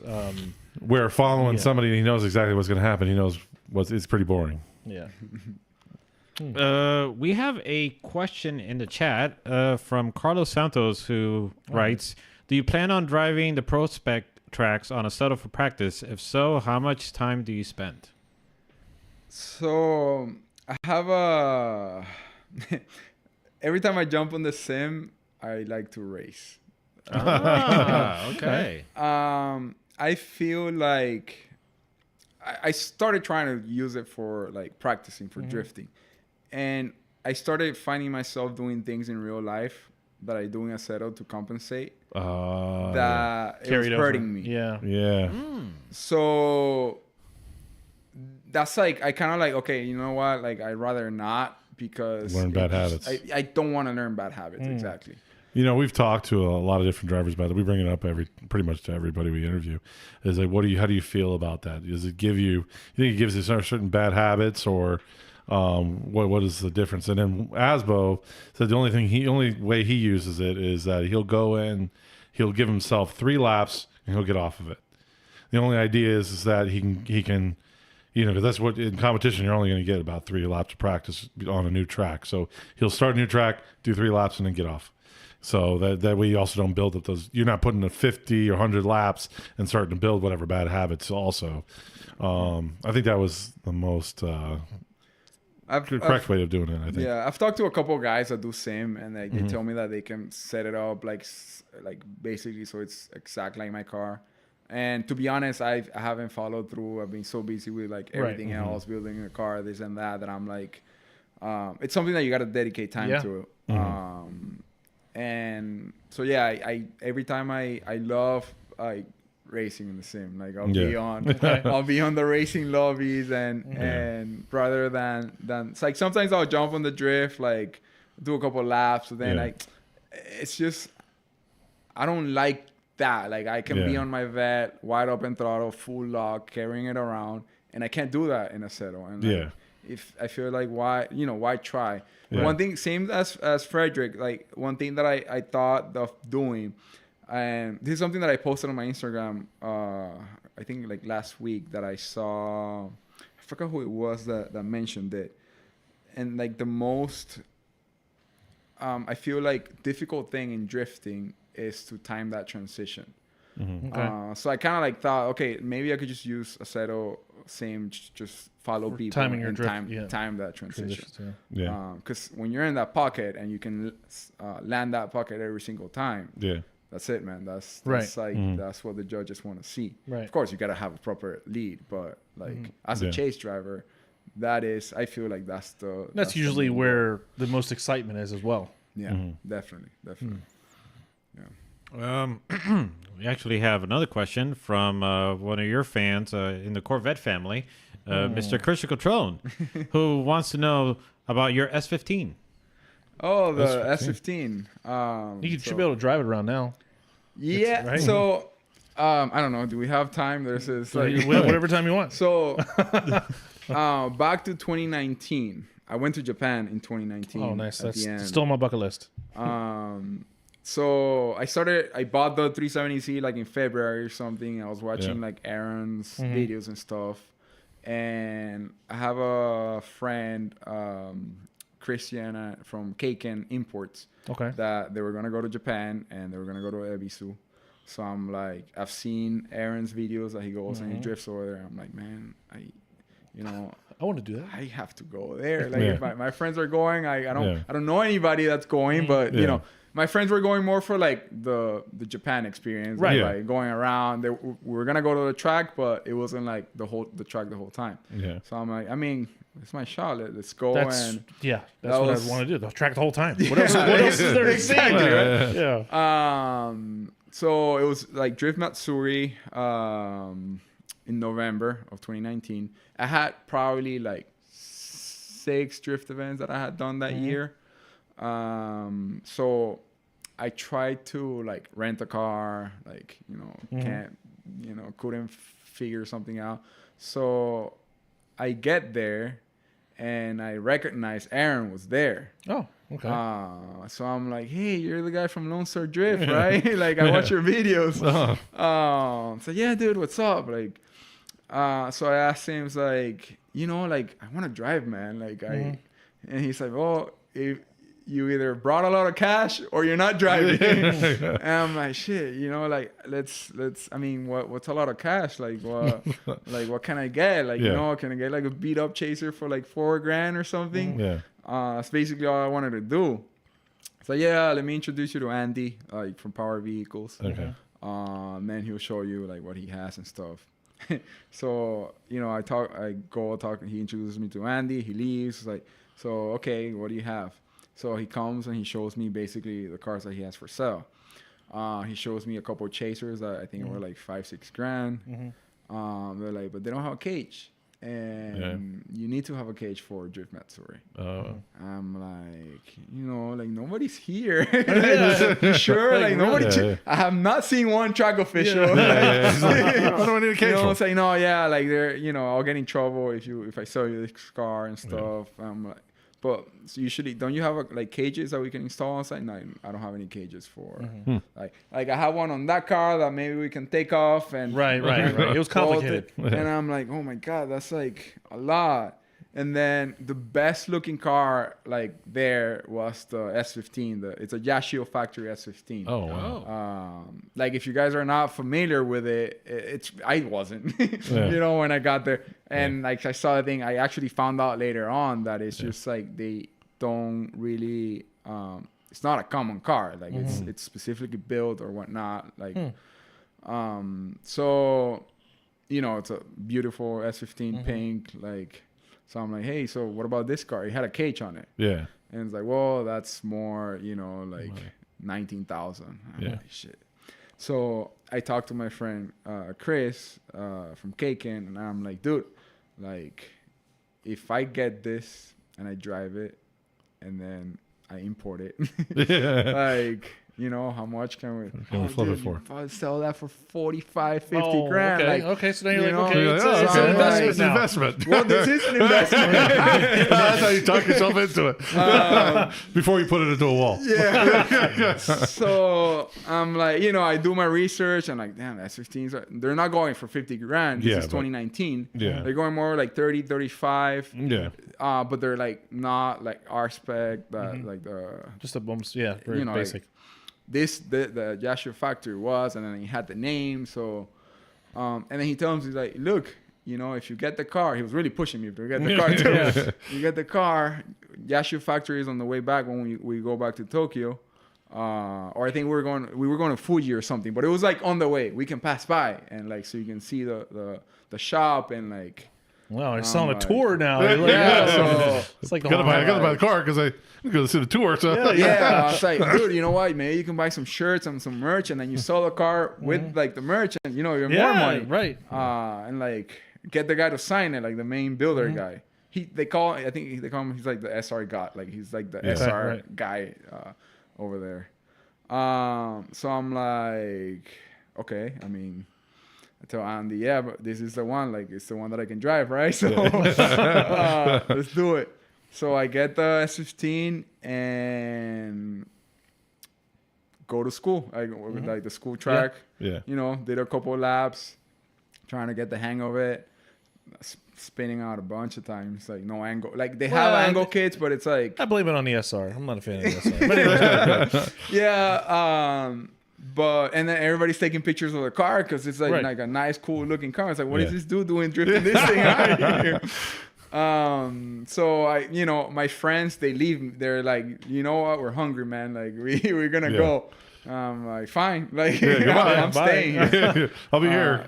So I stayed on the track by myself, like driving and like enjoying it. And then towards the end of the night, I go. There's like an area behind power vehicles. That's when you change like the tires and stuff. Okay. It was already dark. You couldn't see anything. So I get there, and I need a jack, so I have to change tires. And so there was only like one jack that one guy was using, and I'm like, hey, like, can I borrow the jacks? I sure. Just hold my phone with a flashlight so I can finish doing this. I had kind of like seen this guy like before, but I couldn't like figure out. Mind you, I am not from the drifting world. The only videos I've seen is from Aaron and stuff. Yeah. So he finishes. He gives me the jack, like, so I go work on it. So later on, that I'm watching more like Aaron's videos, and I see this guy. Yeah. That was actually Adam LZ. Oh, that's funny. That's funny. He looked really familiar. Yeah, he looks really familiar, but I couldn't like. I'm like, man, this was the guy that left me the jack that night. So it's funny because I've seen Adam like multiple times, like ever since like back then. Yeah. Just because like I've been on like the whole drifting thing and I've been wanting to to do it. So that was like a funny thing that I had no clue. And That's crazy to be all the way over in Japan, completely the other side of the world, and run into Adam. That's funny. And it's really cool that during Matsuri, it's like all the YouTubers are there. Yeah, that's It's cool. like, Yeah. it's like, So did you bring the car back over to the States? So yeah, I brought the car in, and it's kind of like my savings account. Yeah, it sounds like somebody wants it. Yeah. Yeah, so I just have it there. I mean, if it sells, it sells. If not, it's just like You have it posted for sale? no. Oh, no. okay. It's just one of those things. Like if somebody's like, I want to have it, it's like okay. you can, It's like, this much. yeah. A lot. You better have it. Gosh, too. Well, that's pretty cool. That's a cool story and a cool car to have. Yeah, it's Yeah. Talking about cool cars, are you interested in any way in a BMW E30? Oh no. And you know anybody wants something that has rust on it? oh, Jeez. Actually, did you bring that up? We may have to take my truck and tow the E30 up to Ocala. What? Oh, Well, so I found somebody that was willing to. So I've been trying to sell my E30. I bought the E30. It was a mistake. It was an impulse buy. So I'm trying to sell that so I could throw the money into this. And but I found somebody that will trade me a Nissan Titan for the E30 because his grandpa gave him the Nissan Titan. He said it runs great and everything like that. He goes, I want a project. It doesn't cost him anything because he got the truck for free, but he lives in Ocala. So basically, I would tow the E30 up there. We do an exchange. I could probably sell the Titan faster than I could sell the E30. Because I don't know. So just keep that in the back of your mind. You're gonna trade to go get a Trade Titan it to be able a to sell it. Titan? Yeah. I don't know. I'd hang on to the E30 because what if you're stuck with a Titan? What the hell are you gonna do with a Titan? A pickup truck, those pickup trucks go for. I'm only asking $5,000. I mean, I don't know. I don't know. I think a Titan is probably like the worst pickup truck you can buy. It's a V8. I don't know. Don't tell that. Webb loves his Titan. Oh, Anyways, that's a whole other topic. Yeah, impulse buy. yeah. I And understand. Yeah, what can you do? I gotta finish this thing. So I'm getting there. I'm almost done. what other events are you looking to attend? I know we heard you say that you're going to be attending Fuel Fest, but any other events in the mix? So, my whole goal for this season is to drive as much as possible. So as soon as the comp car is ready, I'm hitting the road. Like whatever's going on, like I'm there. Like it's, Oh, wow. I feel like I have to do it. Yeah. Right. It's one of those things. If I'm gonna go to prospect, I need to get as much practice as I can. So yeah, if you're taking the rig up there, you're just gonna stop by whatever's going on. Yeah, That makes sense. If it's like so before the season starts, I'll try to do any comps. BCD, the 235. I already fit tires on the vet, so I'm gonna try doing that. Oh yeah, Uh, that'll be interesting. Yeah, I mean Because it's like not gonna have the tracks. Yeah, it's gonna be like driving in the rain. Yeah. So, I mean, it's actually not that bad. No, I put some old Kendas 235s that I have for the front that were worn out. And when I went to OSW, I think it was like 2-3 weeks ago, to try them out, and the car was gripping. Yeah, you just can't use too wide of a rim. Right. So I use the front rims on the Okay, rear. good, the car yeah. looks hilarious. Yeah, it doesn't matter. It doesn't matter. If It there's a lot of runs. smoke back there, you won't see it. Exactly. And yeah, it ran and it gripped, and I was like on people's doors, so it was like this car can rip on 235s. Yeah. Like Yeah. it's definitely. Well, a goal. you went to the Chelsea the NOFA school, and one of the things he was talking Talking about. about tire profiles, so taller profiles will give you more actual footprint of traction. So go with rather than a 235, low go with a taller, profile. That's Air that that's sucker a down. racing Yeah. Nick too. Basically, yeah, like that's why you want to try to put like the The biggest, biggest tires you can and get. and the wheel too. Like some people started racing with Yeah. 20-inch wheels. So Yeah. Yeah. Because the bigger the like- wheel, the more, again, you're going to get a bigger footprint of Yeah. the actual rubber on the floor. Yeah. So he says, hey, which one do you think has more grip? A 265/35 or a 245/40 or something like that? Or 250? Don't tell Gabby that. No, Gabby's completely opposite. He's got his whole brain. He's 285, bro, 285/35. I need most grip. More Most grip. More grip. Anyways, that's a whole nother. You know Gabby? Gabby, A little bit. No, he's Gabriel Jordan? Gabriel. He's the supercharged 350Z. The So loudest, the stupid, loudest one. Stupid loud. The one you're just like, oh, Probably if I see him, It's a silver 350Z with a star on the side of it. doesn't qualify. Kind of does very He poorly. qualifies. Twice. Yeah, no, he always I gotta try this one battling too. to getting more grip. Always thinks he needs more grip when we try to Anyway, tell stop ragging on Gabby. He's not him. even Okay, here. he's crippled too. Yeah, and he's crippled. Yeah. He's in recovery. We have another question in the chat. It's actually a great question by Carlos Santos again, who wrote, "Are you going to try and take out Jonathan Nairn at LS Fest?" Oh God, you're gonna So be at I was LS actually Fest? going to bring that. Are you going to LS Fest? So you'll see us there because we do all the announcing and the live streams and stuff. So which one? The one that's going to be on West do 'em Coast all. right All now? of them. We do all of them. Okay. So Vegas, Texas, and then Kentucky. Yeah. So it all depends when the car is ready. Okay. So if we can finish the car, I'm there. Yeah, like 100%. Are any of the prospect rounds at a close area to one of those tracks around the same time where you wouldn't have to go back and forth? I You have to look at the calendars. No, I'd have to look at the calendars just to see like. Yeah. No, because they do. So they Vegas do, is hot. Well, it depends. Maybe it was just a heat wave, but it's more of just an open paddock. Texas is pretty cool because they run the FD layout. That'd probably be a good one to go to if you could, for good experience on that track. That's fast track.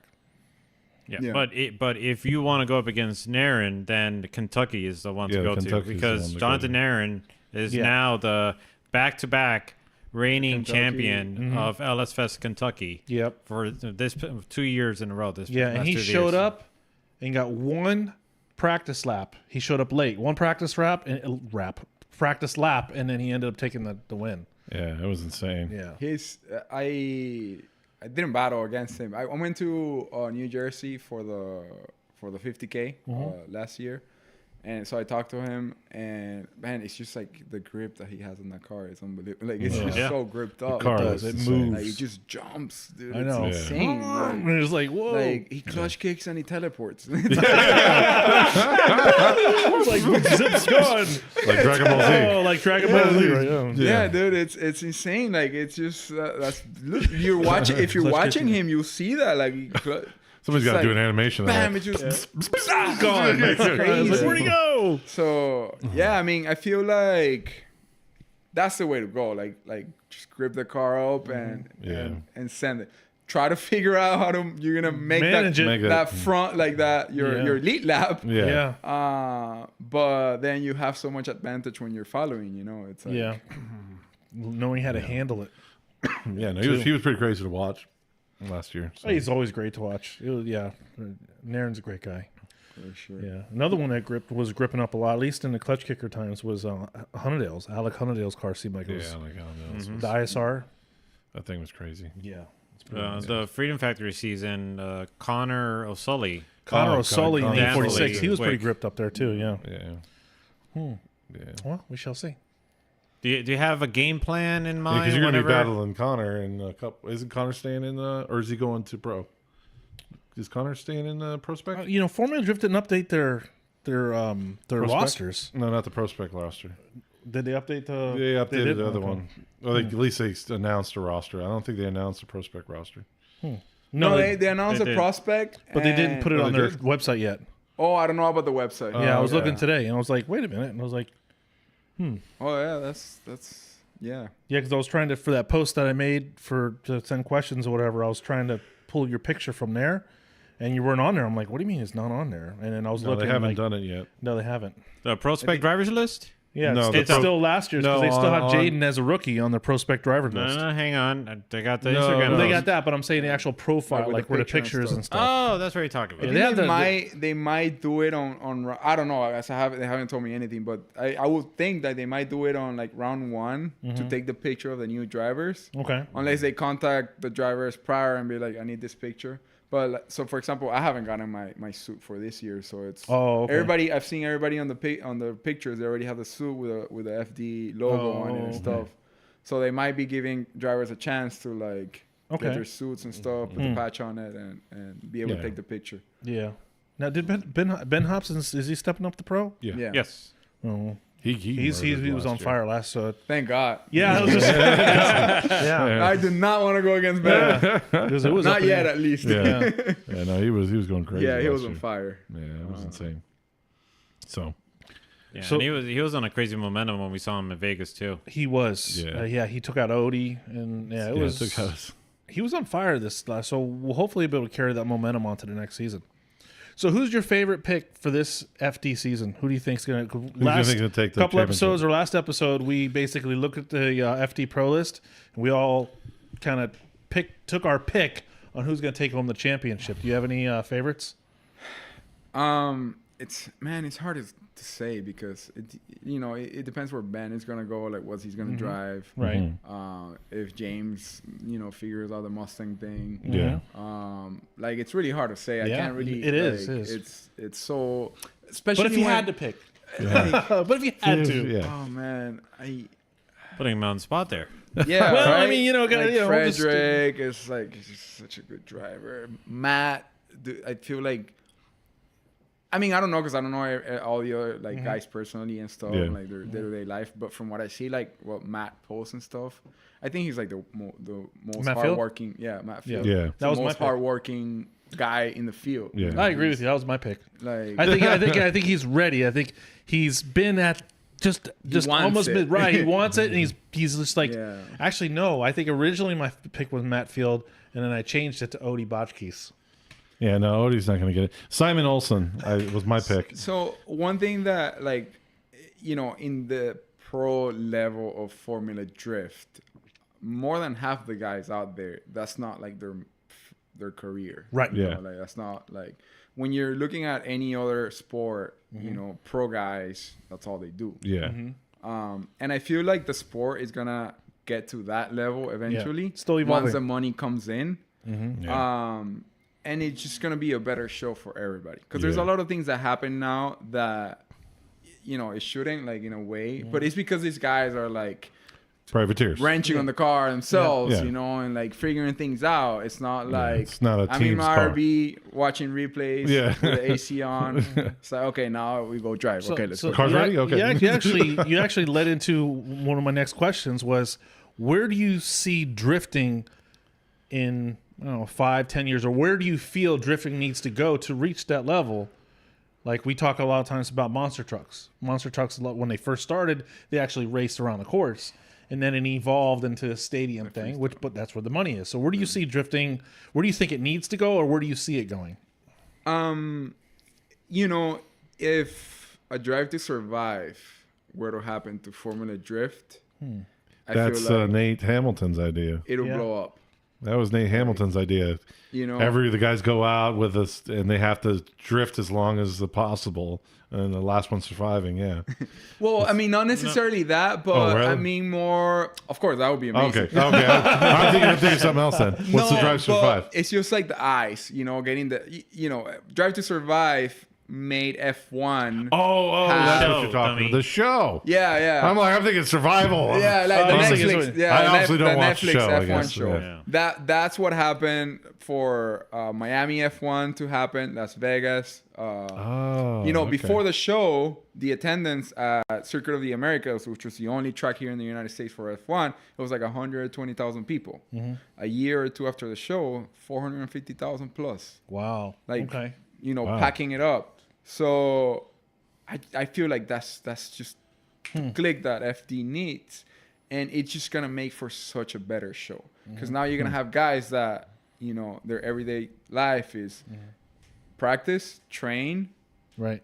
learn, Right. get better, like build, like get the car Yeah. better. So now you're gonna have all these teams just We need going more at- teams like RTR and Yeah. and Yeah. Toyota. Well, and even RTR doesn't do it, Yeah. like it's because the budget has to be, probably not F1, type of budget, Mm-hmm. but much higher to be able to afford to, okay, you're going to make, maybe at the beginning, 300 grand a year, but Yeah. that's all you got to do. Yeah. Work out, get on your, go practice and just that you're going to be a drifter. That is your career. Yeah. Yeah, we saw a lot with what Dave Egan was able to do this year, and how we felt it kind of seemed like it put a little pressure on Formula Drift that where, and I don't know if this is true, but this is just me looking from the outside in, that he kind of put FD in a spot that they're like, okay, we need to make some changes. Where with that Poland round with the with the 50,000. pole around and the packed stadium and the fireworks, they made this massive phenom of an event that I think it really did cause FD to kind of ask this question to themselves: what do we need to do? We're doing the same thing, and it's not that it's great and everybody loves it. Obviously, it's still the #1 drift series in the world, but is it now with what Dave has been able to do? It's like pushing them a little further. So where they were the trendsetter, right? They were the top notch, and they were the ones to watch out for. I mean, Dave Egan, I think he moved the bar up. You know, it's tough, man, and it's like handling a massive business. It's there's everybody talks, bad and good and stuff. Right. You can't really say anything bad because there's just so many moving parts. You know, like there's nothing that they want to grow it. Right. They want to have some, a massive. But there thing. have been things in Formula just past where I know certain people there's been certain ideas thrown around, and this is like I said, third party hearing it that they're just like, no, we know what we're doing, we're not going to listen. But I think this is the first year we're like, okay. Well, I mean, look at this year. I mean, you got all new, like almost pretty all new judges. I think you have a lot of changes going into this year. So, and I mean, we haven't really seen what the plans are. Are they going to keep the what was that system called? That gravity system, whatever the hell. The G meter. The G meter. Yeah. Anyways. I mean, you're seeing the changes, right? They're trying. It's one of those things that now I think we will be worried if we wouldn't see any changes. If there has to be change. Yeah, there has to be change. So it's just a matter of. Dude, I mean, I don't have the capacity to say, they should do this, and that, and it'll grow up. It's not, like, I don't think anybody really has the capacity. And you could throw, I don't know, a billionaire mastermind into it, and he won't even, know how to do it. So it's just, it's one of those things, like, at the end of the day, it's a business that's trying to make money, and there's a passion for it. So I think as long as they stick to those principles of, the passion, we're always trying to figure out how they could bring more spectators, because that's what we feel like is one of the things, like the drivers and the community, I think it's just part of our job to like help that out, to be those personalities that people can kind of get behind. And try to teach people, because it's like, to outsiders that are not involved with drifting, they have hard no to clue. understand. Yeah, like, what are they doing? Like, why don't you pass him? What the hell is this? But it's one of those things that I urge everybody that is in drifting, like, if you have family over, put them to watch it. Explain to them, tell them what to do. Don't be another like. Oh, yeah. Well, let me explain grandma, this to you. Oh, he does that drifting stuff over there. How you? But yeah, I feel like it's everybody's responsibility. If you want the sport to grow, don't talk bad about the ones that are doing it now. Just try to like. Everybody's got to do their part. Bump it up. Try to bring as many people. That's a good idea. Is trying to be an ambassador of the sport whenever you can, and try to give people as much information about the sport as you can. I never thought about it that way. That's good. That's a good way of thinking. Because a lot of people, you say drifting, Tokyo Drift. I seen the movie. You're like, it's not really. But kind of, but no. And it's there. It has the spark. It gets the attention. People enjoy watching it. So it's just like the little. Yeah, there is that thing though, the Tokyo Drift. Oh, that's what people. We do need a new movie. Yeah, we need a new movie. How old is that movie? I mean, and now with the takeovers, people are like, oh yeah, I saw Drifted on the news. It's like, we're going the wrong way. Yeah. But I was just thinking that one of the problems, what everybody here is bringing up, is that case in point where you're seeing a competition. Let's say you're watching it with a family, and you see the result come about, and how can you explain it to them when you don't even understand how that result came about? You know what I mean? Because we've been in that situation before. We're like, what is going on over here? Yeah. And then the person next to me is like, yeah, please explain. It's like, I can't. I don't know. How can I explain it? Yeah, we talked about that. This? Like, you got to almost like, it needs to be simplified for the average person to step in and be like, oh, okay, I get it. I understand who won on that. But at the same time, it can't be though. It's like if you watch like football, Like if you've never seen it before or have no reference whatsoever. Yeah. You know, like what are all these guys? Yeah. Why is he going backwards? Well, Why doesn't he pass the ball? I just started watching soccer for the first time, right, this year, and I'm like, I don't understand. Well, offsides, what is that? And then you do some research because you start to learn more about it. So yeah, I think it comes back actually being an ambassador is probably the best thing. So that guy that yelled at us at the when we were announcing, we should have been ambassadors. Yes. So everybody out there that drifts, we need you to be our ambassador for the drifting world. But what Paul is referencing is that one of the LS Fest events, we're calling out the winners, but by the name, but we didn't put into perspective like a lot of these people don't know who this person is. Oh yeah. Like let's say for instance we have 2 Corvettes, Christian Control, Louis Lanz, and Christian Control wins. Well, who's Christian and who's Louis? A gentleman came up while we were announcing, while we're on the Into the live booth. stream, opened the door. Can you guys announce the car? We don't know who's in the car. And the color. And we're like live streaming. Okay. Yeah, that's something that you see. Like you don't really think about it from that perspective. Yeah, they weren't sure. Definitely. That was an interesting moment. They're like, let's lock the door. It was like, we're locking the door. Yeah. Oh, that was Oh my funny. god. Carlos Santos. He's popular. Dude. Yeah, he's really popping in the chat. He mentions that August 29 through 31st is Pro Spec in Utah, and September 6th through the 8th is LS Fest East Kentucky. So that's a way for you to maybe do both. Pass over. Yeah, that's the goal. If the car's good and ready to go, we're there. And like, Kentucky is the best one to go to because Yeah, I think they had like 85,000 people come through there. So that's got that's a good one. A lot of foot traffic.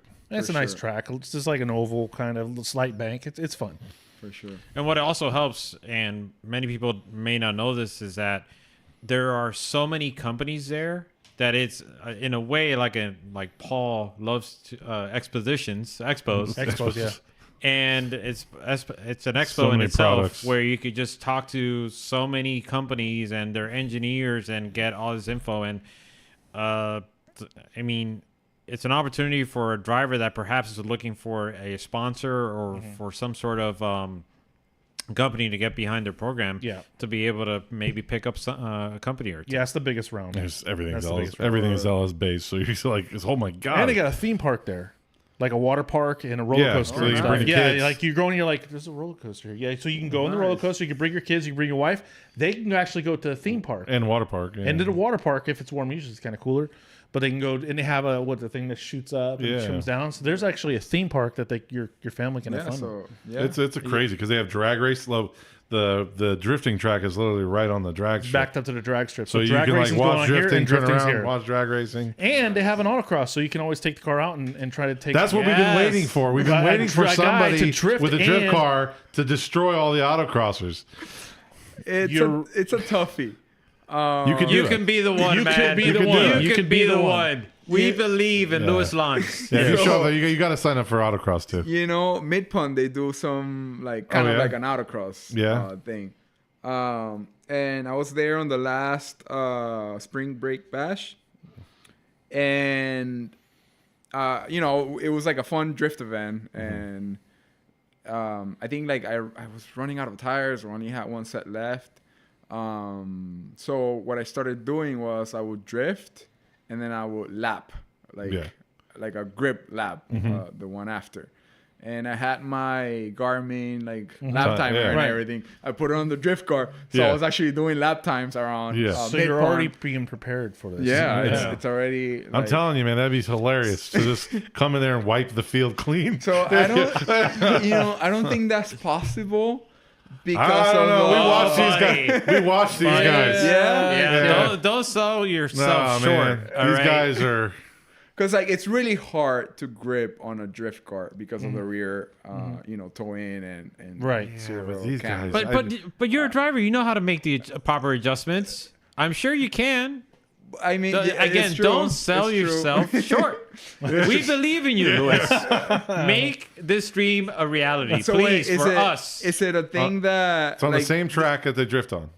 So is it a thing that they want drifters to like try to beat their time? No, it's something that we want. We have to sit there and watch We them. have to say, so we not want to only just- are we a better show for the audience, but our drifters are better than you guys. Even though he's kind of one of you guys, but it doesn't matter. It doesn't really matter.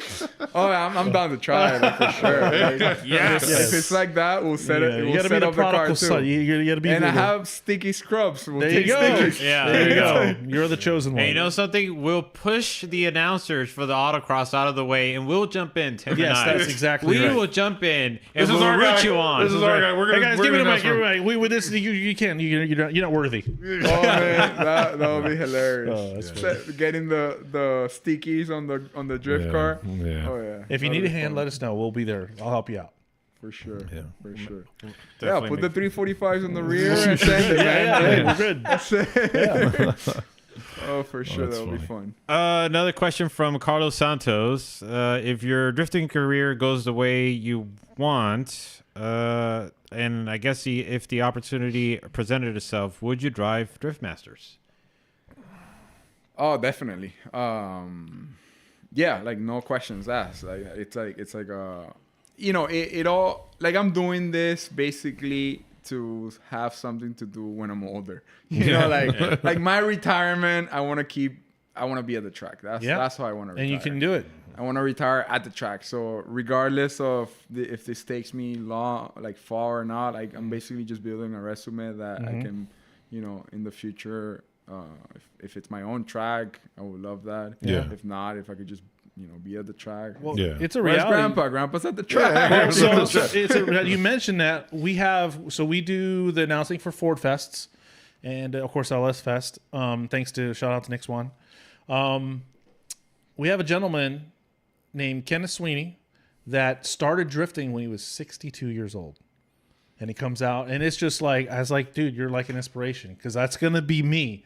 Where you're at, I'm going to be. He started when he was 62. I think he's like 65 now or 66. I think we had him show us his AARP card. Yeah, too. yeah. He has senior citizen drift written across the Mustang. He drives a Mustang. That's awesome. But to your point, yeah, man. Yeah, that's why like, stop? Yeah, for sure. I mean, as long as obviously it's still fun, like, Well, and I yes. feel like I don't think this is something that I could live without. You know, it is Yeah, what it is. no, we've been involved in it since 2006, and it's Yeah. hasn't changed. No, it just changes different forms, right? We have different roles where we used to run the drift events down out of Miami for We run all the track events. all the track events or county line. We used to run all those events. Farrah too. Farrah event. We started doing the drift demos down there for them for a while, and then it evolved into now we're doing podcasts and now we're announcing, right? And we're not going to get out of it. Hey, it's less work, right? Like I they're mean, running I an don't know. event. We've been pretty busy, like doing Yeah. the live streams and stuff. It's been an interesting twist. Yeah, I think the, Running events were easier. The big challenge was clutch kickers because Yeah. you had about close to 70 drivers that would just try to like qualify, and then we're trying to run the car around and Grab learn the the job, car, yeah. learn the driver, like interview them, get some FaceTime with them to try to get some information from them, so that way then when it comes time to announce, it's like, hey, we have Luis Lanz coming over from Florida, and he's here in his Corvette trying to see what we can do. Right. We Something. want to be able to educate the audience on the drivers, but it's fun. It's been fun. It's definitely been interesting. Had you asked us 5 years ago that we would have been announcing for clutch kickers, right? And that was just a phone call, and the next thing you know, we're announcing, and now we're doing the LS Fest. It's been interesting. Cool. Yeah, It's crazy how 5 years can change, like, you know, Yeah. like that. and completely. Well, like, it's just like There's one thing I've always said to people is your life can change with one phone call. 1 10-second conversation can change your whole life, good or bad, right? But 1 15-second conversation with the right person or the wrong person can change your whole life. So if you're doing something, don't ever quit, because it could just be that, oh, this company just saw this video and decided they wanted to reach out to me, or this video just took off, or sometimes it's the other way. But don't ever stop what you're doing. If you enjoy it, keep doing it. Yeah. And that's why we do this. 100%.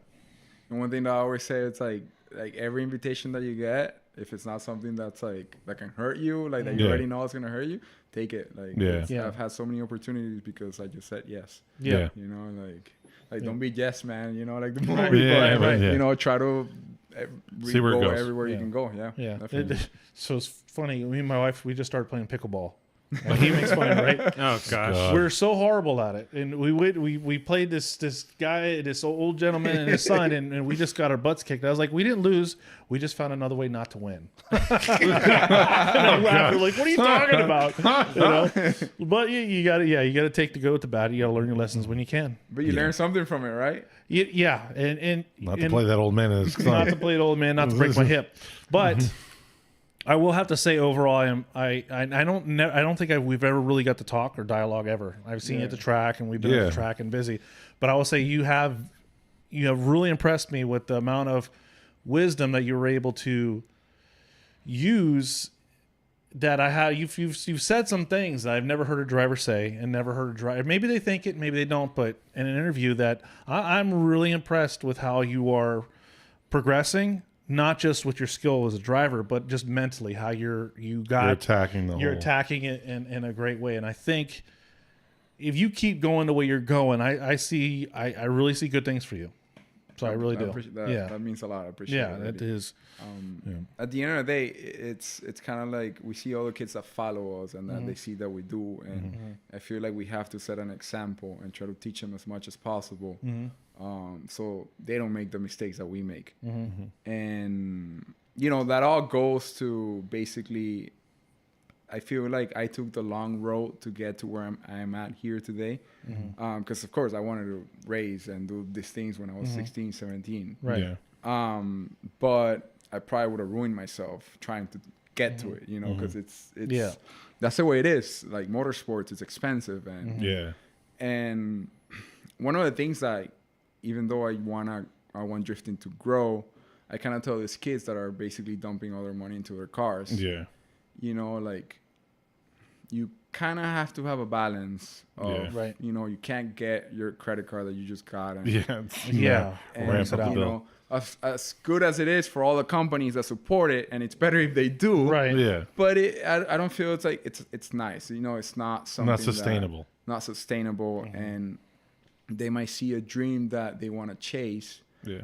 And of course, everybody should have dreams and they have to go for it. But at the same time, trying to get to do this, it's a very small % chance that you're going to make it, So it has to be a balance, It has to be a balance for anybody that's like trying to do this and not dig themselves into a hole that's going to be too hard to get out after. Right. That's going to, unfortunately, put them in a position where they won't be able to do it because they'll be so in debt, or they'll be so whatever it is, put themselves in a bad situation.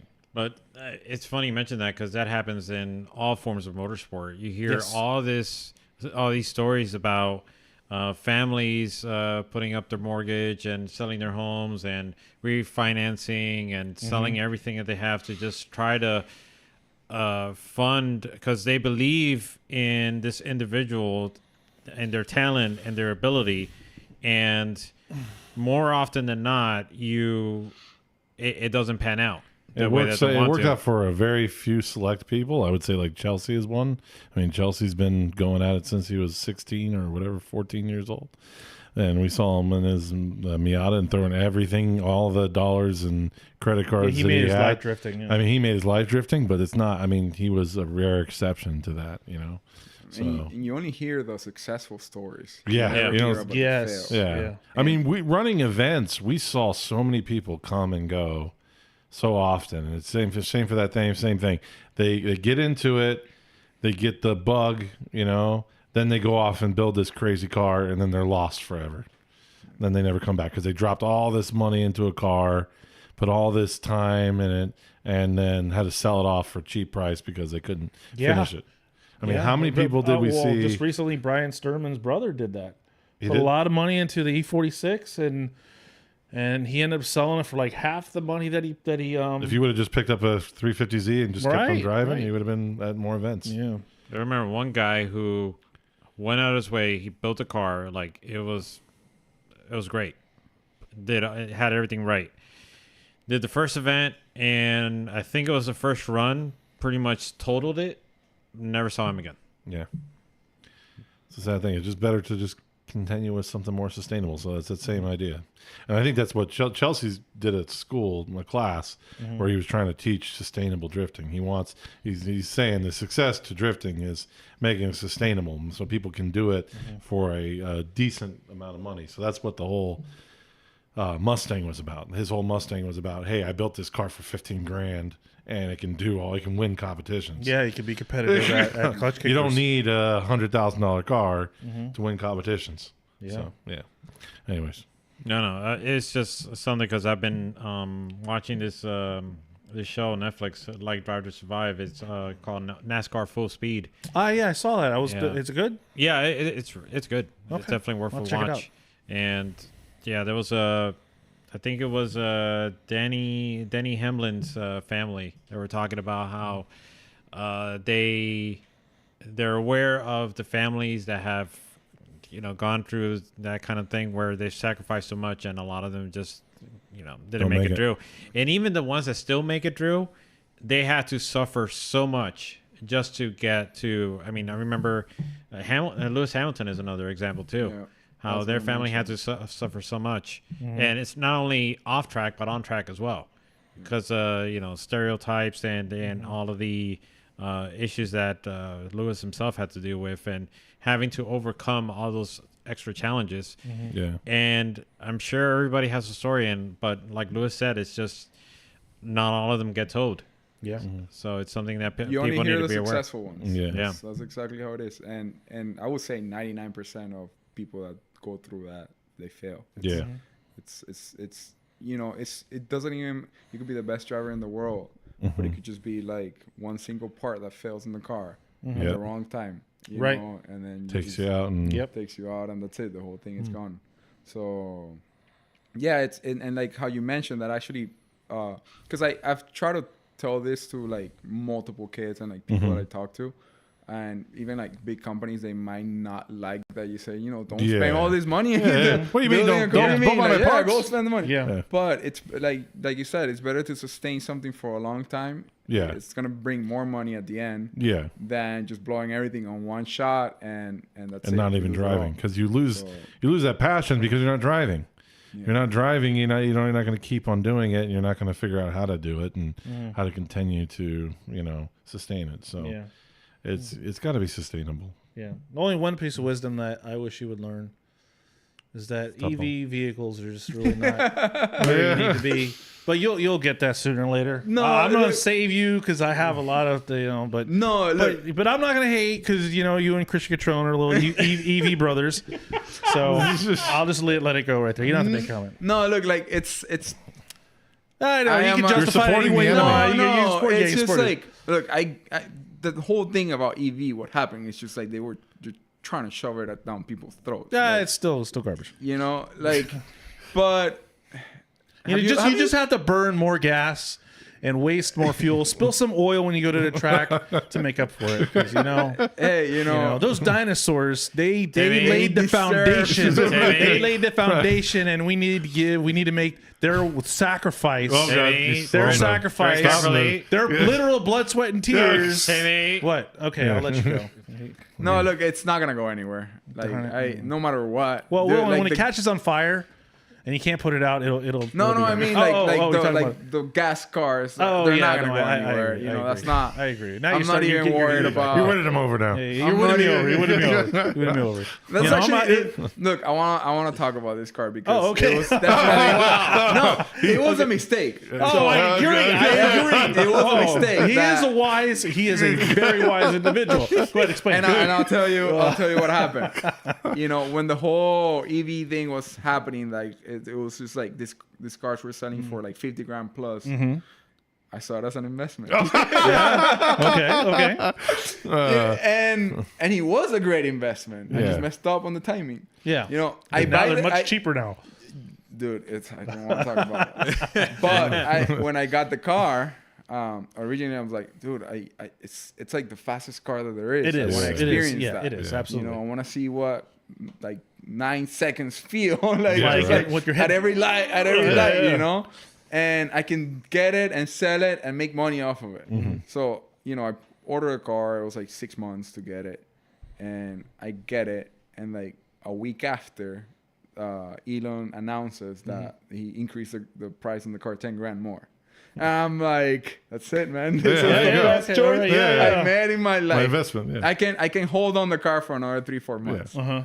So, you know, and then I had like a couple issues with the company that I was like working a lot, and it was just like I basically forgot. And by the time I went to see back, I'm like, oh my God, this thing started like dropping price like crazy.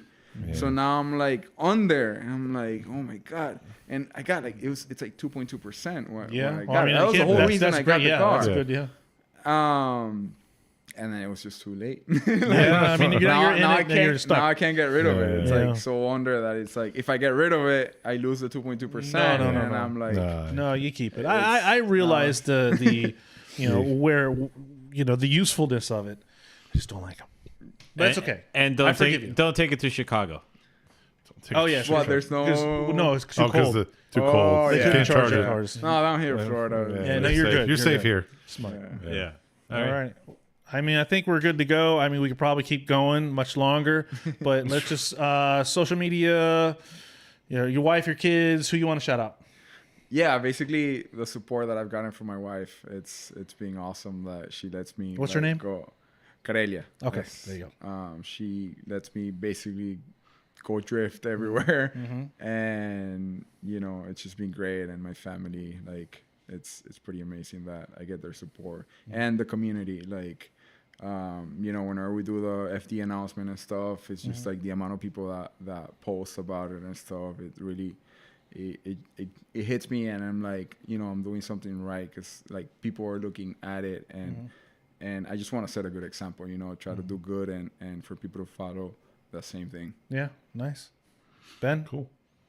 Oh, got anything? No, I'm good. I'm good. Okay. Yeah, I just kind of. So since we're so close, I'm happy to come hang out. Like, well, you actually, beers, like actually, if we're doing a show, you want to pop in, listen, and I was gonna say, like, you are close. If you ever need anything, let me know. Sure. Some sugar, come on by. You want some sugar? You know?